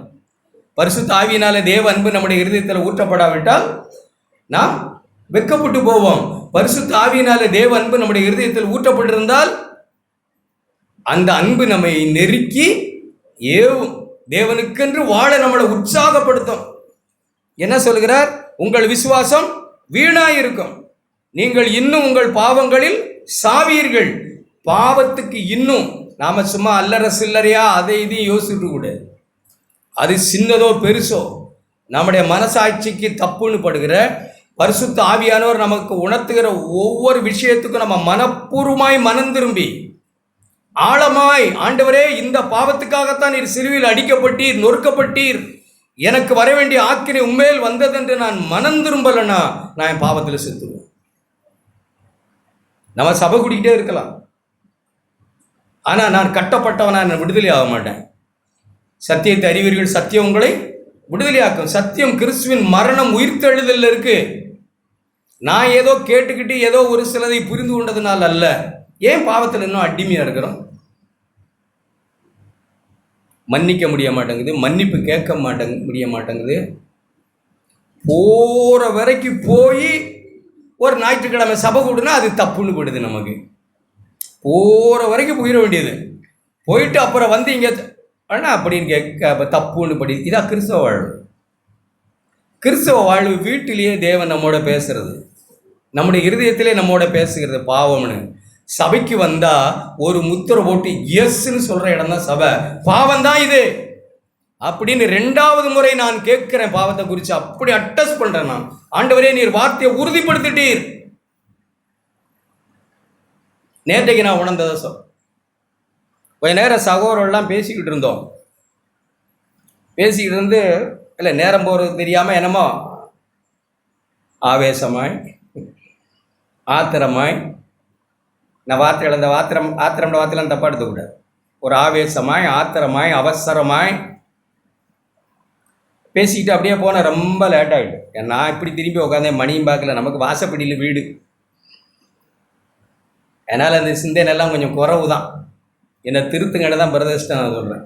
அப்போ ஒரு சகோதரனுடைய மகள் அவள் வெளியே வந்து, நான் பின்னாடி திரும்பி நிற்கிறேன், உட்காந்துருக்கேன். இவ கூப்பிடுறாங்க.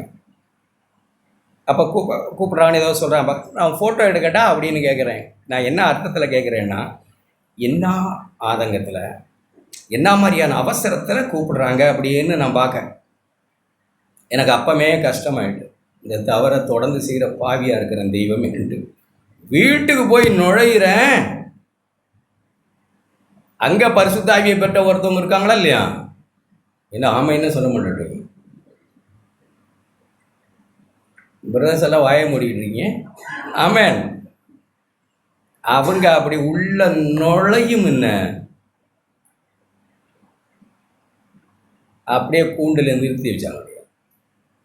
என்ன இப்படி கேட்குற? நான் ஏற்கனவே ஆண்டவர் பேசிட்டார், 2வது பேசிட்டாங்க, சரண் அடைஞ்சிட்டேன் நான் அப்படியே. ஆமாம், நீ என் மேலே கவனமாயிரு, சாரி, ஐ எம் சாரி, இனிமேல் இந்த பொறுப்பு உன்னுடைய பொறுப்பு, வேண்டாம். அப்படி போகிற வரைக்கும் போவோம், பேசவே மாட்டார், ஒன்றுமே புரியாது. அப்புறம் ஞாயிற்றுக்கிழமை இங்கே வந்து எதா அதான் பாவம்னு நமக்கு உணருதுன்னா, நாம் செவி கொடுக்காத விரியன் குட்டிகள், செவிட்டு விரியன், கொளுத்துருச்சு இதயம், எதுவுமே புரியலை. சும்மா வாய்க்கு கேக்கு ஸ்தோத்திரம், நம்ம சாட்சிகள், நம்முடைய வீரர், அப்படி இப்படியெல்லாம் ஒரு மாதிரி பேசிக்கிட்டு இருக்கோம். பெரிய வைராக்கியசாலிகள் போல. சொந்த பந்தத்துக்கு முன்னாடி நேர்மையாக நிற்க முடியாத நாம் அஞ்ஞானிகளைப் போல இருந்து கொண்டு நாம் தேவன் ஒரு தடவை சொல்லிட்டாருன்னா அப்படியே நிற்க வேணாம். எவரா இருந்தாலும், தகப்பனோ தாயோ மனைவியோ பிள்ளையோ, அடுத்த தடவை நின்றுணும்ல டக்கு. ஆமாம், பாவம் இல்லைன்னா, இப்படி பரிசுத்த ஆவியானவர் நம்முடைய உள்ளத்தில் ஊற்றப்படலைன்னா நாம் பாவத்துக்கு முன்னாடி எத்தனை வருஷமானாலும் வெட்கப்படுவோம், தலை குனிஞ்சே தான் நம்ம இருப்போம். ஏன்னா நமக்கு பாவம் இன்னும் ஒருத்தர் சொன்னாதான் தெரியும். பாவத்தை உணர்த்துகிற பரிசுத்த ஆவியான நம்மிடத்தில் இல்லை. பரிசுத்த ஆவியான உங்களிடத்தில் வரும்போது அவர் பாவத்தை குறித்து உணர்த்துவார். இல்லாதனால எப்போதும் இன்னும் ஒருத்தர் சொன்னால் நமக்கு காயமாக இருக்கும், வருத்தமாக இருக்கும். ஏன்னா ஆண்டவர் பேசலை. ஆண்டவர் பேசுகிற ஒருவருக்கு இன்னும் ஒருத்தர் பேசுனா சரணாயிருவோம். ஆமா ஆண்டவர், ஆமா தப்பு, நானே தவறுன்னு உணர்ந்தேன், நீங்களும் தவறுன்னு சொன்னீங்க, ரைட். ஆழமா மனம் திரும்புவோம். மனம் திரும்ப நம்ம ஒப்பு கொடுப்போம். இப்படி இல்லைன்னு சொன்னா நாம பாவத்துக்கு போய் வெக்கப்பட்டு போவோம். எல்லாரும் உணர்றது தான், தப்பு செஞ்ச பிறகு சாரின்னு கேட்கறது.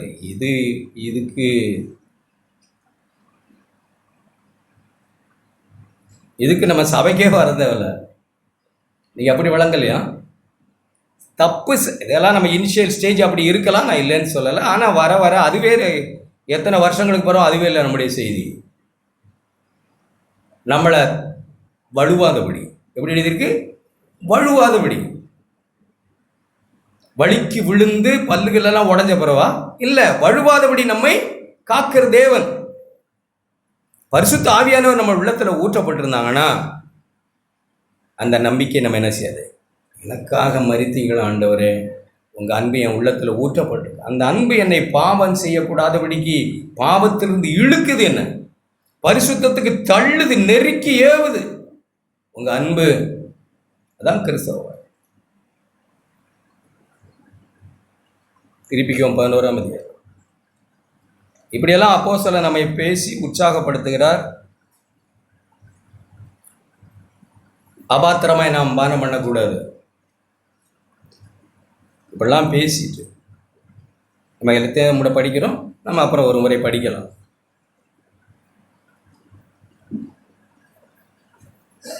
ஒரு காய் ஒரு காத்திருங்கள். 33 அப்பம் பக்கம் வந்திருக்கிறோம். ஒரு காய் ஒருவர் நாம் எல்லாரும் காத்து தான் இருக்கிறோம். அப்படின்னா என்ன அர்த்தம்னா ஒருவருடைய குறைவு சரியாவாங்கன்றது. இதுவும் அப்பம் பக்குது அப்படியா? இப்படி பார்த்துக்கிட்டு இதுவும் வேற அப்பம் பக்கம் வந்து அப்படியா? இல்லை அப்படியெல்லாம் செய்யக்கூடாது. ஒரு காய் ஒருவர் நாம் காத்திருக்கிறோம், நல்லா ஆகிடலாம். இப்போ குறையாக இருக்கிறாங்க, இந்த அப்பம் பக்கிறதோட திருவிருந்தோட ஆரோக்கியமாகிடுவாங்க அப்படின்னு நம்பிக்கையாக இருக்குது. காத்திருக்கிறோம், அப்படி தான் காத்திருக்கிறோம். எல்லாரும் காத்திருக்கோமா? அப்படி என்ன ஒன்றும் சொல்ல முடியும். ஆமாம், மனப்பூர்வமாக காத்திருக்கோம். ஒரு டெலிபரேட் பார்த்தா தெரியுது, எனக்கு நல்லாவே தெரியுது, குறை தான் அது தெரியும். இவங்களோட நான் அப்பம் பக்கிறதா? ஆண்டவர் அப்பம் விட்டாரா? யாரோட? சூசுல்ல அத்தை அப்பமெல்லாம் அவங்களோட பிக்க முடியுமா? அவர் நினைச்சிருந்தா அவர்களுக்கு காலை கழுவ முடியுமா? அப்படிப்பட்ட மனுஷரோட தான் தேவன் காத்து இருந்தார் பொறுமையாய். இவங்கெல்லாம் சாகா ஜீவிகளாய் மாறுவார்கள். ஆமென்.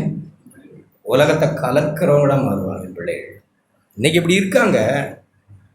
இவன் ஒருத்தன் காட்டி கொடுக்க போகிறான், ஒருத்தன் மறுதளிக்க போகிறான், எல்லாம் விட்டுட்டு என்ன அப்படியே நடுத்தருவில் விட்டுட்டு இந்த உலகத்தை நடுமையத்தில் கொல்கதா மலையில் என்னை விட்டு காக்கா குருவி குத்தி கொத்தட்டுன்னு விட்டுட்டு எல்லாம் ஓடி போவானுங்க.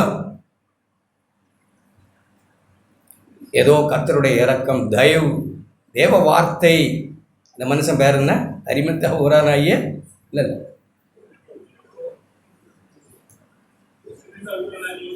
யோசேப்புக்கு தேவன் கிருபை கொடுத்து இரக்கம் செய்து முந்தி போய் பிலாத்துட்ட பேசி அந்த உடலை இறக்குனான். அது 2 நாளாக இறக்கலாம் எப்படி இருந்திருக்கும்? இப்படிப்பட்ட மனுஷருக்காக கிறிஸ்து மரித்தார். மிகுந்த நம்பிக்கையாக மரித்தார். உயிர் தெழுந்து முதல்ல நான் சந்திக்க போகணும்னு யாரை போய் சந்தித்தார்? மூஞ்சில் முழிப்போம். நீங்கள் சொல், நான் என்ன யோசி, மூஞ்சில் முழிப்போம். சிரிச்ச முகமாய் சமாதானம் உண்டாவதாக. எப்படி பண்ணாங்க? உங்களுக்கு சமாதானம் உண்டா? அப்படியா? சிரித்த முகமாய், இரக்க முகமாய், உங்களுக்கு சமாதானம் உண்டாவதா? கல்லங்கி தகுடுபடி ஆகிட்டெல்லாம். அதிலே ஒருவன் 8 நாளாக விசுவாசிக்கணும். இந்த கையை அந்த குத்துனதில் போடணும், விழாவில் விட்டு நான் பார்க்கணும், அப்போ தான் நான் விசுவாசி பண்ணுறான். போடா விசுவாசித்தா என்ன, எக்கேடும் கெட்டு போனா எனக்கு என்னன்னா இல்லையே. இது ராத்திரி முழுவதும் ஜெபம் பண்ணி தேர்ந்தெடுத்தவன் தோமா. இங்கே உட்காந்துருக்க அப்படி யோசிக்கிறீங்களா நீங்கள்? சும்மா விளையாடுறோமா? எனக்காக ஆண்டவர் ஜெபித்தார். ஜெபிச்சாரா இல்லையா?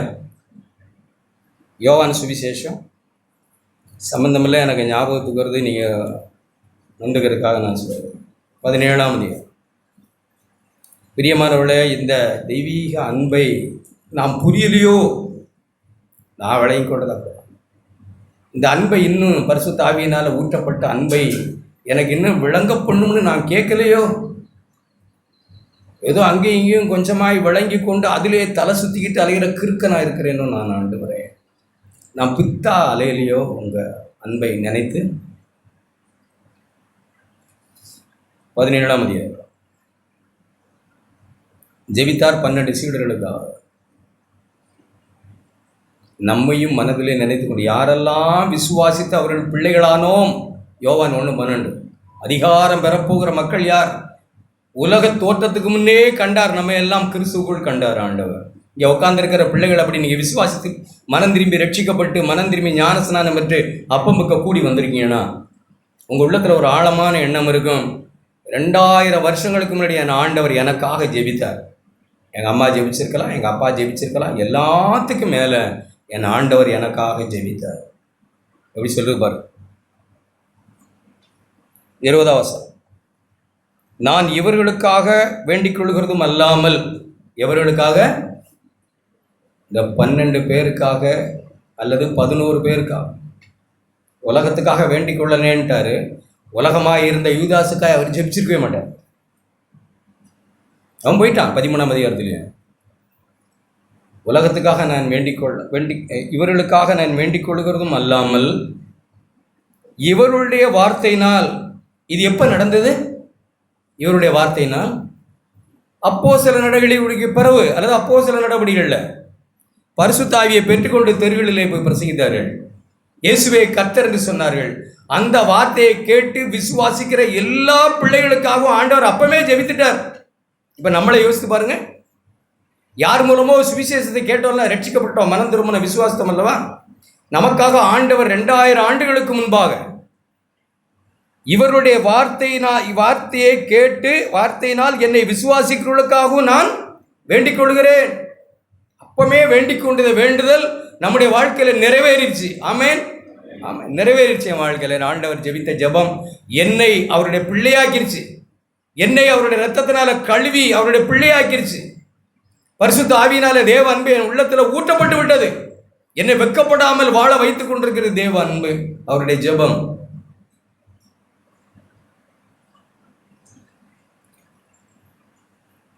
ஒன்று கொரிந்தியர்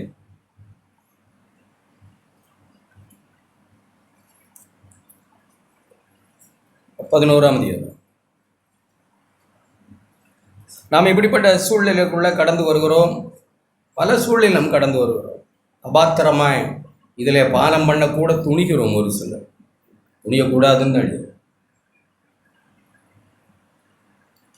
இருதயத்தில் தவறான எண்ணங்களும் வரலாம், சோதிக்கப்படலாம். கசப்பு, வெறுப்பு, மன்னிக்க முடியாமை நம்முடைய வாழ்க்கையே வீணாக்கிறோம்.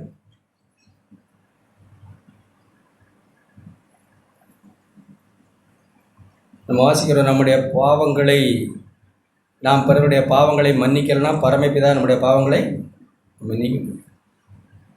பிறருடைய பாவங்களை மன்னிக்காதவர்கள் மனுஷருடைய கால்களுக்குள்ள மண்டிட்டு தான் கிடக்கணும். எதுவுமே ஜெயமாகாது. அந்த அதிகாரத்தில் எப்படி மார்க்குன்னு நினைக்கிறேன், சரியாக ஞாபகம் இல்லை, என்ன எழுதியிருக்கிறோம். அப்படி நீங்கள் ஒருவருடைய தப்புதங்களை மனப்பூர்வமாக மன்னிச்சிடணும். நீங்கள் மன்னிக்காவிட்டால் பரமபிதா மன்னிக்க மாட்டார். நீங்கள் மன்னிக்கலைன்னா உங்கள் ஜெபமே கேட்கக்கூடாது. மலை மாதிரி வந்து நிற்கும். மலை பெரியவாகும், பெருசாகும், பெருசாகும், பிரச்சனை இன்னும் அதிகமாக ஆகும். மலையை பார்த்து கடலில் போய் விழுன்னு சொன்னால் என்ன செய்யாது? விழாது. ஏன்னா நம்ம பிறரை மன்னிக்கலை. பிறர் மேலே இன்னும் கசப்பும் வெறுப்பும். குடும்பங்கள், புருஷ மனைவி, சபையில் நல்ல சகோதரர்கள் எழும்பி ஆண்டவருக்கென்று எதையும் செய்யணும் அப்படின்னா குடும்பத்தில் புருஷ மனைவி எப்படி ஒருமைப்பாடு இருக்கு? புருஷன் மனைவியும் குடும்பத்தில் ஒரு மனம் உள்ளவர்களாய் அந்த அதிகாரம் ஒரு புருஷனுக்கு இல்லாவிட்டால், நான் ஏதோ அதிகாரம் நான் புருஷன் என்ன மதியன்னு அப்படின்லாம் அந்த அர்த்தத்தில் இல்லை. என் புருஷன் குணசாலி, என் புருஷன் பணத்துக்கு மயங்குறவன் இல்லை, என் புருஷன் சொந்த பத்தத்துக்கு முன்னாடி மண்டியிடுகிறவன் இல்லை, என் புருஷன் பணத்துக்காக எதையும் பண்ணுகிறவன் இல்லை, என் புருஷன் எல்லாரையும் மன்னிக்கிறவர், அன்புள்ளவர், என் புருஷன் தாழ்மை உள்ளவர் அப்படின்னு அந்த அதிகாரத்துக்கு ஒரு மனைவி சப்மிட் பண்ணணும். அதுதான் சப்மிஷன். சும்மா நாம் ஏனோ தானோன்னு இருப்போம், அப்படியெல்லாம் ஒன்றுமே பண்ண முடியாதுங்க. தப்பாக விளங்கக்கூடாது. சும்மா பணத்தின்படி மனுஷர் பின்னாடியே சும்மா சொந்த பந்தங்களின் படி இடத்துக்கு தகுந்த மாதிரி பச்சோந்திகள் போல இருக்கிற ஒரு புருஷனை மனைவி மதிக்கவே மாட்டாங்க. நமக்கு அப்படி புருஷன் இருந்தால் அவருக்கு சபையில் ஒரு அதிகாரமும் கிடையாது. சொந்த குடும்பத்தை நடத்தாதவர் அப்படித்தானே வாசிக்கிறோம். இந்த அதிகாரமெல்லாம் தேவன் நம்முடைய உள்ளத்தில் பரிசுத்த ஆவியினால் ஊற்றப்பட்டு அந்த ஆவி நம்ம இங்கே எழுதியிருக்கிற பேதரில் கேட்ட மாதிரி அப்படியே கூட்டி கூட்டி கூட்டி கூட்டி நம்மளே மாதிரி குறைவுள்ளவர்களாக இருக்கலாம். நாம் என்ன செய்யணும்? கூட்டி கூட்டி வழங்குகிறோம், கண் சொரிப்பனு குருடர்களாகிறாமல். ஒரு மனைவி ஏனோ தானோன்னு இல்லை, சிந்த உலக பிரியராய் மனுஷரை மயக்கிறவளாய் இந்த உலக சிந்தை கொண்டவளாக இருந்து அவங்க ஒரு மனைவியை புருஷன் எப்படி தான் யோசிப்பார். ஆனால் எல்லாருக்கும் கற்பனை ஒன்று தான். அவள் எப்படி இருந்தாலும் புருஷனுடைய மனைவிகளில் அன்பு. புருஷன் எப்படிப்பட்டவராக இருந்தாலும், நேற்றுக்கு நான் என் மனைவிகிட்ட பேசிட்டு தான் இருந்தேன். ஒரு மனைவி ஒரு புருஷனை எப்படி தான் கனம் பண்ணுவாங்க? சரி செவரு, கல்லானாலும் கல், புல்லு புல்லானாலும் புருஷன். துட்டு இருக்கு, சம்பாதிக்கிற ஏதோ கூட மிரட்டுவார். எல்லா இடத்துலையும் அப்படி தான் நடக்குது. சபையில் கீழ்ப்படுகிறது எப்படி? சபையில் மனைவியை நேசிக்கிறது, ஒரு மனைவி கீழ்ப்படுகிறதெல்லாம் எப்படி? அதுக்கு கிறிஸ்துவின் ஒரு தரம் இருக்குது. ஆவியானவர் கிறிஸ்து மூலமாக நமக்கு கொண்டு வந்த வாழ்வு ஒன்று இருக்கு. அந்த வாழ்வை நாம் அனுபவிக்கிறதுனால ஒரு ஆழமாக மதிக்கிறோம். பரிசுத்த ஆவியானவர் நம்முடைய இருதயங்களில் ஊற்றப்பட்டு அந்த அன்புனால நிறைந்து இருக்கிறபடினால ஒரு ஆழமாய் நேசிக்கிறோம், மதிக்கிறோம், கீழ்ப்படுகிறோம், ஒருவருக்கு கீழ்ப்படுகிறோம், கனம் பண்ணுகிறோம். இதெல்லாம் நடக்கும். ஏதோ கற்பனைக்கல்ல, ஏதோ ஒரு நியாயப்பிரமாணத்துக்கல்ல. நேற்று ஒரு சகோதரனோட பேசிக்கிறேன், சமயத்தில் கேட்ட ஒரு செய்தி. இப்போ யாராவது சொல்கிறாங்க நம்மளை பர்மிஷன் உண்டு, நீ ஒரு உபசாரம் செய்யலாம் அப்படின்னு பர்மிஷன் கொடுத்துட்டா உபசாரம் செய்வோமா? பர்மிஷன் கிடைக்காதான் இப்போ பிரச்சனை. ஒரு கிறிஸ்தவ வாழ்வு அப்படி இல்லை. கிறிஸ்தவ வாழ்வு கிறிஸ்துவின் ஜீவனை கொண்ட வாழ்வு.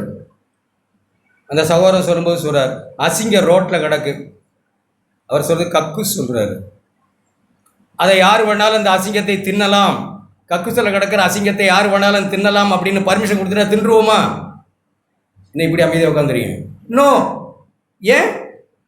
நமக்குள்ள ஒரு ஜீவன் இருக்கு, அது வேணான்னு சொல்லுது. அப்போ பாவம் செய்ய பர்மிஷன் கொடுத்துட்டா செய்வோமா? இல்லை. நமக்குள்ள புது ஜீவன், புது சிருஷ்டி, புது மனுஷன் வந்திருக்கிறார் கிறிஸ்து. அவர் அக்கிரமத்தை வெறுக்கிறார், நீதியை சிநேகிக்கிறார். தான் மறுபிறப்பு. இதெல்லாம் நமக்கு இல்லைன்னா நம்ம எப்படிதான் நம்ம உறுதி பண்ணுவோம்?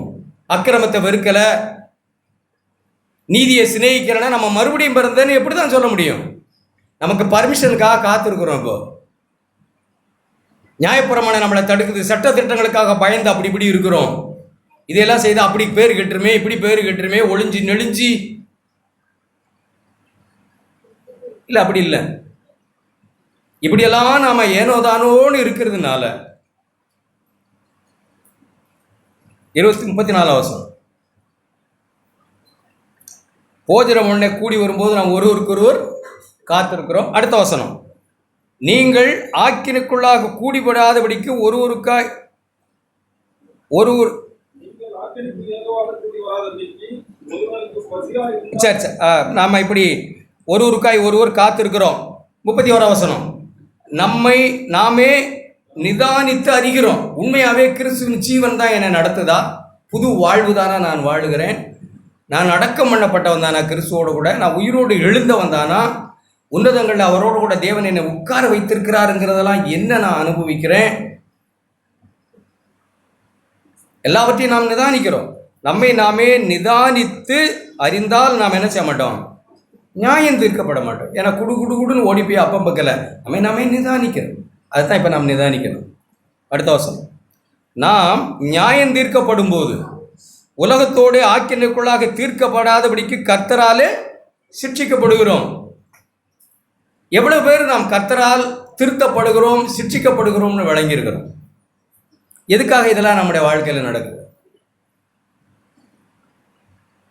எதுக்காக நடக்குதுன்னு எழுதியிருக்கு, படிச்சு பாருங்க. எதுக்காக சிட்சிக்கப்படுகிறோம்? உலகத்தோட கூட ஆக்கினைக்குள்ளாய் நரகத்தில் நாம் தள்ளப்பட, உலகம் நரகத்துக்கு தள்ளப்படும், ஆக்கினைக்கு தீர்ப்புப்படும். அன்னைக்கு நாம் ஆக்கினைக்குள்ளாய் தீர்க்கப்படாதபடிக்கு இப்படி அப்பம் பக்க சபை கூட வருகிற ஜனங்களை தேவன் இன்னும் அவர் சிட்சிக்கிறதுக்கு வாஸ்து காட்டுறேன். அவர் நியாயம் தீர்க்கப்படாதபடிக்கு கர்த்தராலே இப்போ சிட்சித்து திருத்துறாங்க நம்மளை. நாம் தப்பாக போனால் எபிரேயர்கள் நிறுவனம் 12ஆம் அதிகாரம்.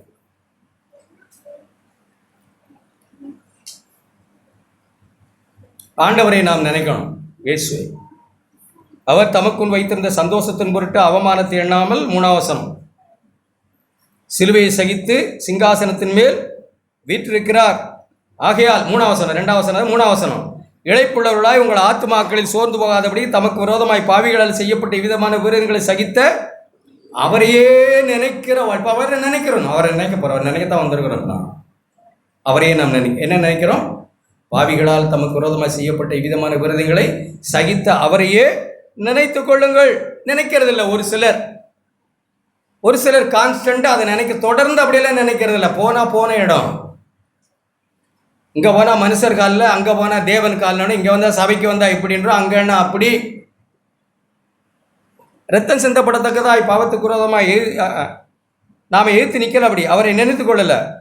பாவத்துக்கு விரோதமாய் போராடுகிறதில் நாம் ரத்தம் சிந்தத்தக்கதாக இன்னும் எதிர்த்து நிற்கலை.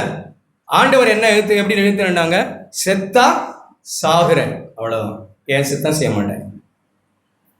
நான் என்னத்துக்காக இந்த பூமிக்கு வந்தோனோ அதை நிறைவேற்றாமல் நான் இந்த பூமியை விட்டு போக மாட்டேன். என் ஜனங்களை நான் தெரிந்து கொண்டுள்ள கடைசி நாளில் எழுப்பணும். அது இல்லாமல் இந்த கெச்சவனை தோட்டத்திலிருந்து நேரம் நான் போக மாட்டேன். என் சித்தம் வேண்டாம் பிதாவே, உங்களுடைய சித்தம் ஆகட்டும். அப்படி நான் செத்தா சாகுறேன். இங்கேயே இப்போ ரத்தம் வேர்வைதில் எல்லாம் ரத்தமெல்லாம் போகுது. இன்னும் கொஞ்ச நேரம் ஆனால் என்ன நடக்கும்? சாகலாம். செத்தா சாகுறேன், ஆனால் ஏன் சித்தத்தை செய்து நான் சாக மாட்டேன் அப்படின்னு எதிர்த்து இல்லைங்க. அப்படி எதிர்த்து இல்லாததுனாலே, அடுத்த வசனம், எதிர்த்து நிற்கவில்லையே. எத்தனை பேர் நம்ம எதிர்த்து நிற்கிறோம் பாவத்துக்கு விரோதமே? ஒரு பேச்சு, பொய், கோபம், வெறுப்பு, கசப்பு, மனத்தாங்கல், புண்படுதல். சபையில் என்ன புண்படுதல் ஒன்று சொல்ல முடியாது. கேட்டால் நாங்கள் சின்ன பிள்ளையிலிருந்தே சண்டே கிளாஸ் இருந்து சபைக்கு போனோம். ஏன் போவானே? புண்படுதல்னா மாசக்கணக்காக புண்படுதல் வரலாம், சர்க்குன்னு வரலாம், காரியங்கள் புண்படலாம் வரும். பிடிங்கி அப்படியே போட்டுவிட்டு அவரை நினைத்து கொள்ளணும். முள்ளு காலில் குத்தும், பிடிங்கி தூக்கி போட்டுவிட்டு பயணத்தை தொடரணுமே. இல்லை முள்ளு முள்ளு முள்ளு முள்ளு என்ன நடக்கிறோம் மாசக்கணக்கா.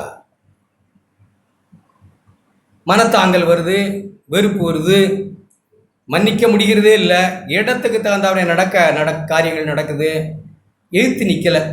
அதனால் அடுத்த வசனம், நாம் எதிர்த்து நிற்காதனால, அன்றியும் என் மகனே நீ எதிர்த்து நிற்கலை மகனே, இயேசுவை போல பாவத்துக்கு விரோதமாய் நீ இன்னும் என்ன செய்ய, ரத்த சிந்தப்படத்தக்கதாய் எதிர்த்து நிற்கலை மகனே.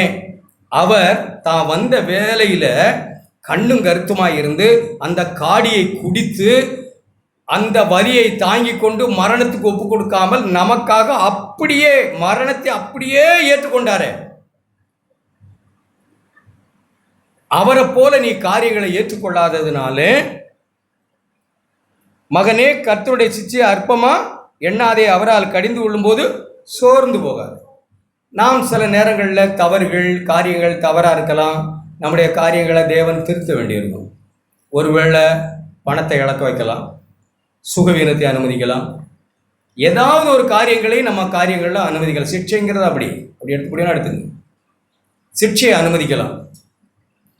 எதுக்காக? நாம ரத்தம் சிந்தப்படத்தக்கதா பாவத்தோட நம்ம விளையாண்டுக்கிட்டு இருக்கிறோம். எதிர்த்து இல்லை, மனுஷருடைய மகிமையை அள்ளி குடிக்கிறோம். இயேசு எப்படி இருந்தார்? ரெட்ட வேஷம் போட்டுக்கொள்ள எவ்வளவு பேர் இருக்கிறோம். நம்ம இடத்துக்கு தகுந்த மாதிரி இல்லை. நாம் ரட்சிக்கப்பட்டோம், நாம் அப்படி இருந்தோன்னு ஒரு மனுஷருக்கு முன்பாக கூட நம்ம துணிச்சலாக நிற்க முடியாது. எல்லா வகையிலும் சறுக்குறவர்கள் உண்டு. தேவன் நேசிக்கிறதுனால, தெரிந்து கொண்டதுனால இப்படியே விட்டுட்டு தள்ளி விட்டுட்டு போக வரல, அவர் சிட்சிக்கிறார். என் மகனே, கர்த்தர் எவனிடத்தில் அன்பு கூறுகிறார், அருமையாக எழுதியிருக்கு அடுத்த வசனம். கர்த்தர் எவனிடத்தில் அன்பு கூறுகிறதுனால ரத்தம் சிந்தப்படத்தக்கதா எழுத்து நிற்கிறதுல பேசுனதெல்லாம் பேச்சோம், செய்ததெல்லாம் செய்தோம், அப்புறம் மன்னிப்புன்னு வர்றோம். இதே தான் வழக்கமாக. பொறு, உன்னை நான் ரட்சிக்க விரும்புகிறேன், உன்னை சிட்சிக்க விரும்புகிறேன். ஏதன் மூலமாய், ஏதாவது ஒரு காரணங்கள் மூலமாய் தேவன் நம்மை சிட்சிக்க விரும்புகிறார். நம்மிடத்தில் அன்பு கூறுகிறதுனால அப்படி அவர் நம்மை சிட்சிக்கும் போது அதை என்ன செய்யக்கூடாது? அற்பமாக எண்ணக்கூடாது. இப்போ ஆண்டவரை யோசித்து பாருங்க. அவர் அந்த காடியை குடித்து காரியங்களை அப்படியே வெளியே மறந்துருக்கலாமா? மறந்துருக்கலாம். ஆனால் அவர் அதை செய்யலை. நமக்கும் ஒரு சோதனை வருது, அது நம்முடைய பாவத்து நிமித்தம் வருது. இப்போ நம்மை தேவன் சிட்சிக்கிறார். இப்போ என்ன சொல்கிறோம்? தப்பிக்கிற வழிகளை பார்க்குறோம் பாருங்க. ஆண்டவர் தப்பிக்கலையே, ஆண்டவர் அதை அப்படியே அனுபவித்தார். இப்போ ஒரு சிட்சையை நாம் அப்படியே ஏற்றுக்கிறோமா வேணாமா? ஆமாம் ஆண்டவரே, என்னுடைய பாவத்து நிமித்தம், என்னுடைய அக்கிரமத்து நிமித்தம் இதை நீங்கள் செய்கிறீங்கன்னு அப்படியே ஏற்றுக்கிறது இல்லை. அப்படி ஏற்றுக்கிறது இல்லை. அநேக பழியை யார் மேலேயாவது போடும். அதுதான் காடியை குடிக்கிறது. இயேசுவை கவனித்து பாருங்கள். காடியை குடித்து வழி மாற்றி விடுகிறது, மயக்கமாகிறது. இதை அனுபவிக்கூட யார் மேலே பழிய போடும். பாவம் செய்தாச்சு, பரவாயில்ல, தேவனே நான் பாவி, பாவம் செய்துட்டேன்ல சொல்லணும். ஆதாம் ஏவாளும் சொல்லணுமா வேணாமா? அப்படி சொன்னால் என்ன நடந்திருக்கும்? நமக்கே தெரியும் என்ன நடந்திருக்கும். ஆனால் என்ன நடந்துருச்சு? பாவம் செய்த உடனே தங்களை மறைக்கவும் ஒழிக்கவும் ஆனது மட்டும் இல்லை, பாவத்தை யார் மேலே போட்டார்? ஆதாம். மனைவி யார் மேலே போட்டாங்க? இதுதான். சரி பரவாயில்ல, விடுங்க, தோட்டத்தை விட்டு தரத்திரல. இப்போ தோட்டத்தில் சேர்த்துக்கிட்டார்ல. எப்போ கவனி, தோட்டத்தில் சேர்த்துக்கிட்டார்ல. ஆனால் இப்போ நாம் கர்த்தருடைய சிட்சையை அற்பமாக எண்ணக்கூடாது. எதுக்காக? தம்முடைய பரிசுத்தத்துக்கு நாம் பங்காளி ஆகிறதுக்காக தேவன் சிட்சிக்கிறார். சிலர் சபையில் இருக்கிறவர்களுக்கு, ஒரு சிலருக்கு பாவம் ஆண்டவருக்கே தெரிஞ்சிருச்சு பாவம், ஆனால் அது மனுஷருக்கு தெரிஞ்சிருச்சுங்கிறதுல தான் இப்போ ரோஷம். பாவம் ஆண்டவருக்கே தெரிஞ்சிருச்சு, அது இன்னும் மனுஷருக்கும் தெரியும், சபையாருக்கு வேணால் தெரியாது, அவ்வளோதான். தெருவுக்கு தெரியும், மனுஷர்களுக்கு தெரியும், எல்லாருக்கும் தெரியும். ஆண்டவருக்கே தெரிஞ்சிருச்சு, சபையில் உள்ளவங்களுக்கு தெரிஞ்சிருச்சுங்கிறதெல்லாம் இப்போ மானக்கேடு. எங்கே இருக்கும் நாம் நினைக்கிறீங்க? தேவனே, என்னை சிறுமைப்படுத்த, என்னை சிக்ஷிக்கிறத நான் ஏன் இப்படி மடை சாட்டுறேன், மடையை வேறு பக்கமாக திருப்புறேன், இது இன்னும் வேணும், எனக்கு இதுவும் வேணும், இன்னும் வேணும் ஆண்டவரேன்னு ஏன் பழியை நாம் அப்படியே ஏற்றுக்கக்கூடாது? காடியை குடிக்க பார்க்குறோம், நம்ம ஆண்டவரை மறக்கிறோம், பழியை வேறு யாரு மேலாவது போடுறோம், தப்பிக்க பார்க்குறோம், லகுவாக்க பார்க்குறோம். அப்படி சிச்சையை அவர் அனுப்பும்போது நாம் சோர்ந்து போகிறோம், அல்லது இங்கே எழுதியிருக்கிறபடி அற்பமாக எண்ணுகிறோம். அப்பம் பக்கம் வந்திருக்கிறோம். நம்மளை விட்டுவிட தேவன் தயாரா இல்லை. ஆமேன். எத்தனை பேர் விசுவாசிக்கிறீங்க? என்னை ஆண்டவர் விட்டு விட மாட்டார். ஒரு அல்லேலூயா சொல்லுங்க. ஒருபோது விடுகிறதுக்காக இவன் வந்து கூட்டிட்டு இருந்த மழையில். ஒரு சிலர் வேணா சும்மா வந்து ஏதோ மனுஷருக்காக நல்ல, அப்புறம் அனாசந்தவன் நல்லது கெட்டதுக்கு, கல்யாண காட்சிகளுக்கு கூட்ட வேணுங்கிறதுக்காக ஏனோ தானே ஒன்று உழப்பலாம். நான் உங்களை சொல்கிறேன், நீங்கள் ரட்சிக்கவே படலை. அப்புறம் நீங்கள் எத்தனை வருஷம் இருந்தாங்க? ரட்சிக்க தான் படணும், அதுதான் சபை. ரட்சிக்கவே படாதவர்களை பற்றி நான் பேசுவேன். ரட்சிக்கப்பட்ட கொஞ்சம் ஜனங்கள் இருக்கிறாங்க, அவர்களை விட மாட்டார் ஆண்டவர். அவர்களை இயேசு மனசில் வச்சிருக்கிற விதம் என்ன தெரியுமா? பிதா, கோடா கோடி மக்கள் இருக்கிற இந்த உலகத்தில் பிதா தெரிந்து எடுத்து எனக்கு கொடுத்த உம்முடையவர்களுக்கு என்னுடைய நாமத்தை சொன்னேன்னா யோவான் 17 கோடா கோடி மக்கள் இருக்கும்போது உலகத்திலிருந்து தெரிந்து எடுத்து இந்த பிள்ளைகளை எனக்கு கொடுத்தீங்களே பிதாவே, இவர்களுக்காக நான் ஜெபிக்கிறேன், இவர்களை தீமை நின்று இரட்சியும். அப்படியும் இவர்கள் போனால் அதுக்கும் பொறுப்பு நான் எடுத்துக்கிறேன். இவர்களை திருத்துகிறேன், இவர்களை சிட்சிப்பேன், இவர்களை என்னுடைய பரிசுத்தத்துக்கு பங்காளி ஆகும்படிக்கு. 12ஆம் அதிகாரம் நம்முடைய எல்லாம் கிளிப்பிள்ளைக்கு சொல்ற மாதிரி சொல்லி கொடுக்குறாங்க ஆண்டவர், பரிசுத்த ஆவியானவர். நம்ம எப்படி நடக்கணும்னு. நம்ம தாயின் தகப்பனுக்கு நம்ம அஞ்சு நடக்கல. ஆவிகளின் பிதான்னு சொல்றோம், அப்பான்னு சொல்றோம். அவர் நம்மை யார் மூலமாவது திருத்தும் போது, யார் மூலமாவது நம்முடைய காரியங்களை அவர் சரி செய்யும் போது ஏன் புண்படுகிறோம்? ஏன் பிறரை குற்றஞ்சாட்டுகிறோம்? ஆண்டவரே, என் பாவம் உண்மைதான், எனக்கே தெரியுது. அப்புறம் அவங்க சொல்றதுல என்ன இருக்கு? என் பாவம் உங்களுக்கே தெரியுது, இப்போ யாருக்கு தெரிஞ்சான்னு? தாவீதை பாரு, மறைச்சாரா? பாவத்தெல்லாம் மறைச்சிட்டாரா? எத்தனை வருஷம்? ஒரு வருஷம் மறைச்சிட்டார். தேவன் அன்பு கூர்ந்தாரா? தாவீதை இருதயத்துக்கு ஏற்றவனாய் ஆக்கணுமா வேண்டாமா? அதுதான் தேவ அன்பு. இருதயத்துக்கு ஏற்றவனாய் தாவீதை ஆக்கணும். ஒரு வருஷத்துக்கு பிறகு நாத்தான் தீர்க்கதரிசியை அனுப்புனார். நாத்தான் வந்து பேசினாரா? தாவீது என்ன சொன்னார்? யார் சொன்னா உனக்கு? ஆண்டவர். என்ன ஆண்டவர்? உங்கள் ஆண்டவர் புதுசாக உனக்கு சொல்கிறாரு. எனக்கு சொல்லாதவர் உனக்கு என்ன சொல்கிறாரு? நான் ராஜா, என்னை அபிஷேகம் பண்ணினவரே அவர் தான். என்ன நினச்சிக்கிட்டு இருக்க? பயம் இல்லாமல். சிலருக்கெல்லாம் தெய்வ பயமும் இருக்கிறது இல்லை.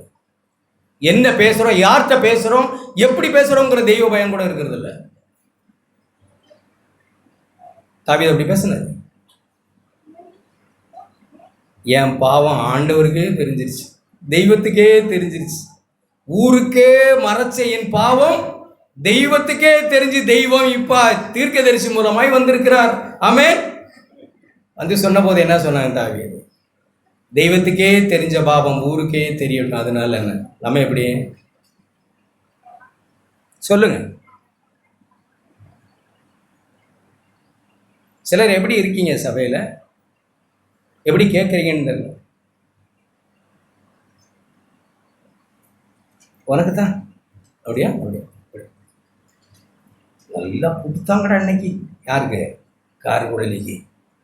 என் ஒய்ஃப் பக்கத்தில் உட்காந்து யோசிச்சு, காரு குழலிக்கு தான் இந்த வார்த்தை. மதிகேடு.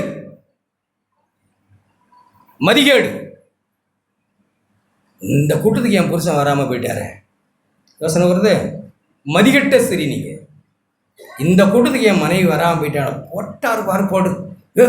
உனக்குன்னே நேற்று பேசுனாங்க. நீ சபைக்கு போனியா, சந்தைக்கு போனியா? மாப்பிள்ள பொண்டாட்டி புருஷனை பார்த்து எப்படி கேட்பாங்க?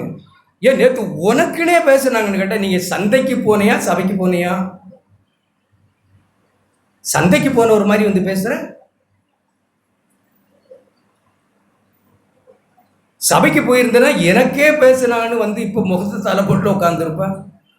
இன்னைக்கு சபைக்கு போனேன், கர்த்தர் நல்லவர் ஆயிருந்தேன், இருதயத்தை உடைச்சிட்டாங்களோ வந்து உட்காந்துருப்பேன். நீ வராமல் போன, நீ கேட்டுருக்கணும்.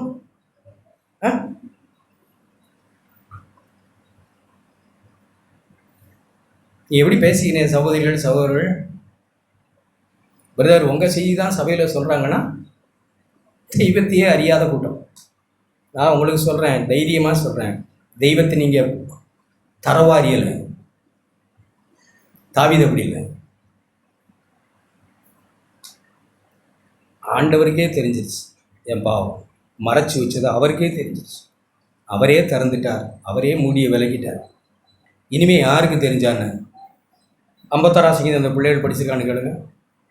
படிச்சிருக்கு. 51ஆம் சங்கீதம் புதுசாக சபைக்கு வர எல்லாரும் படிக்கிறாங்க. உலகம் முழுவதும் படிக்குது. அடைப்புக்குறியில் என்ன போட்டிருக்கு?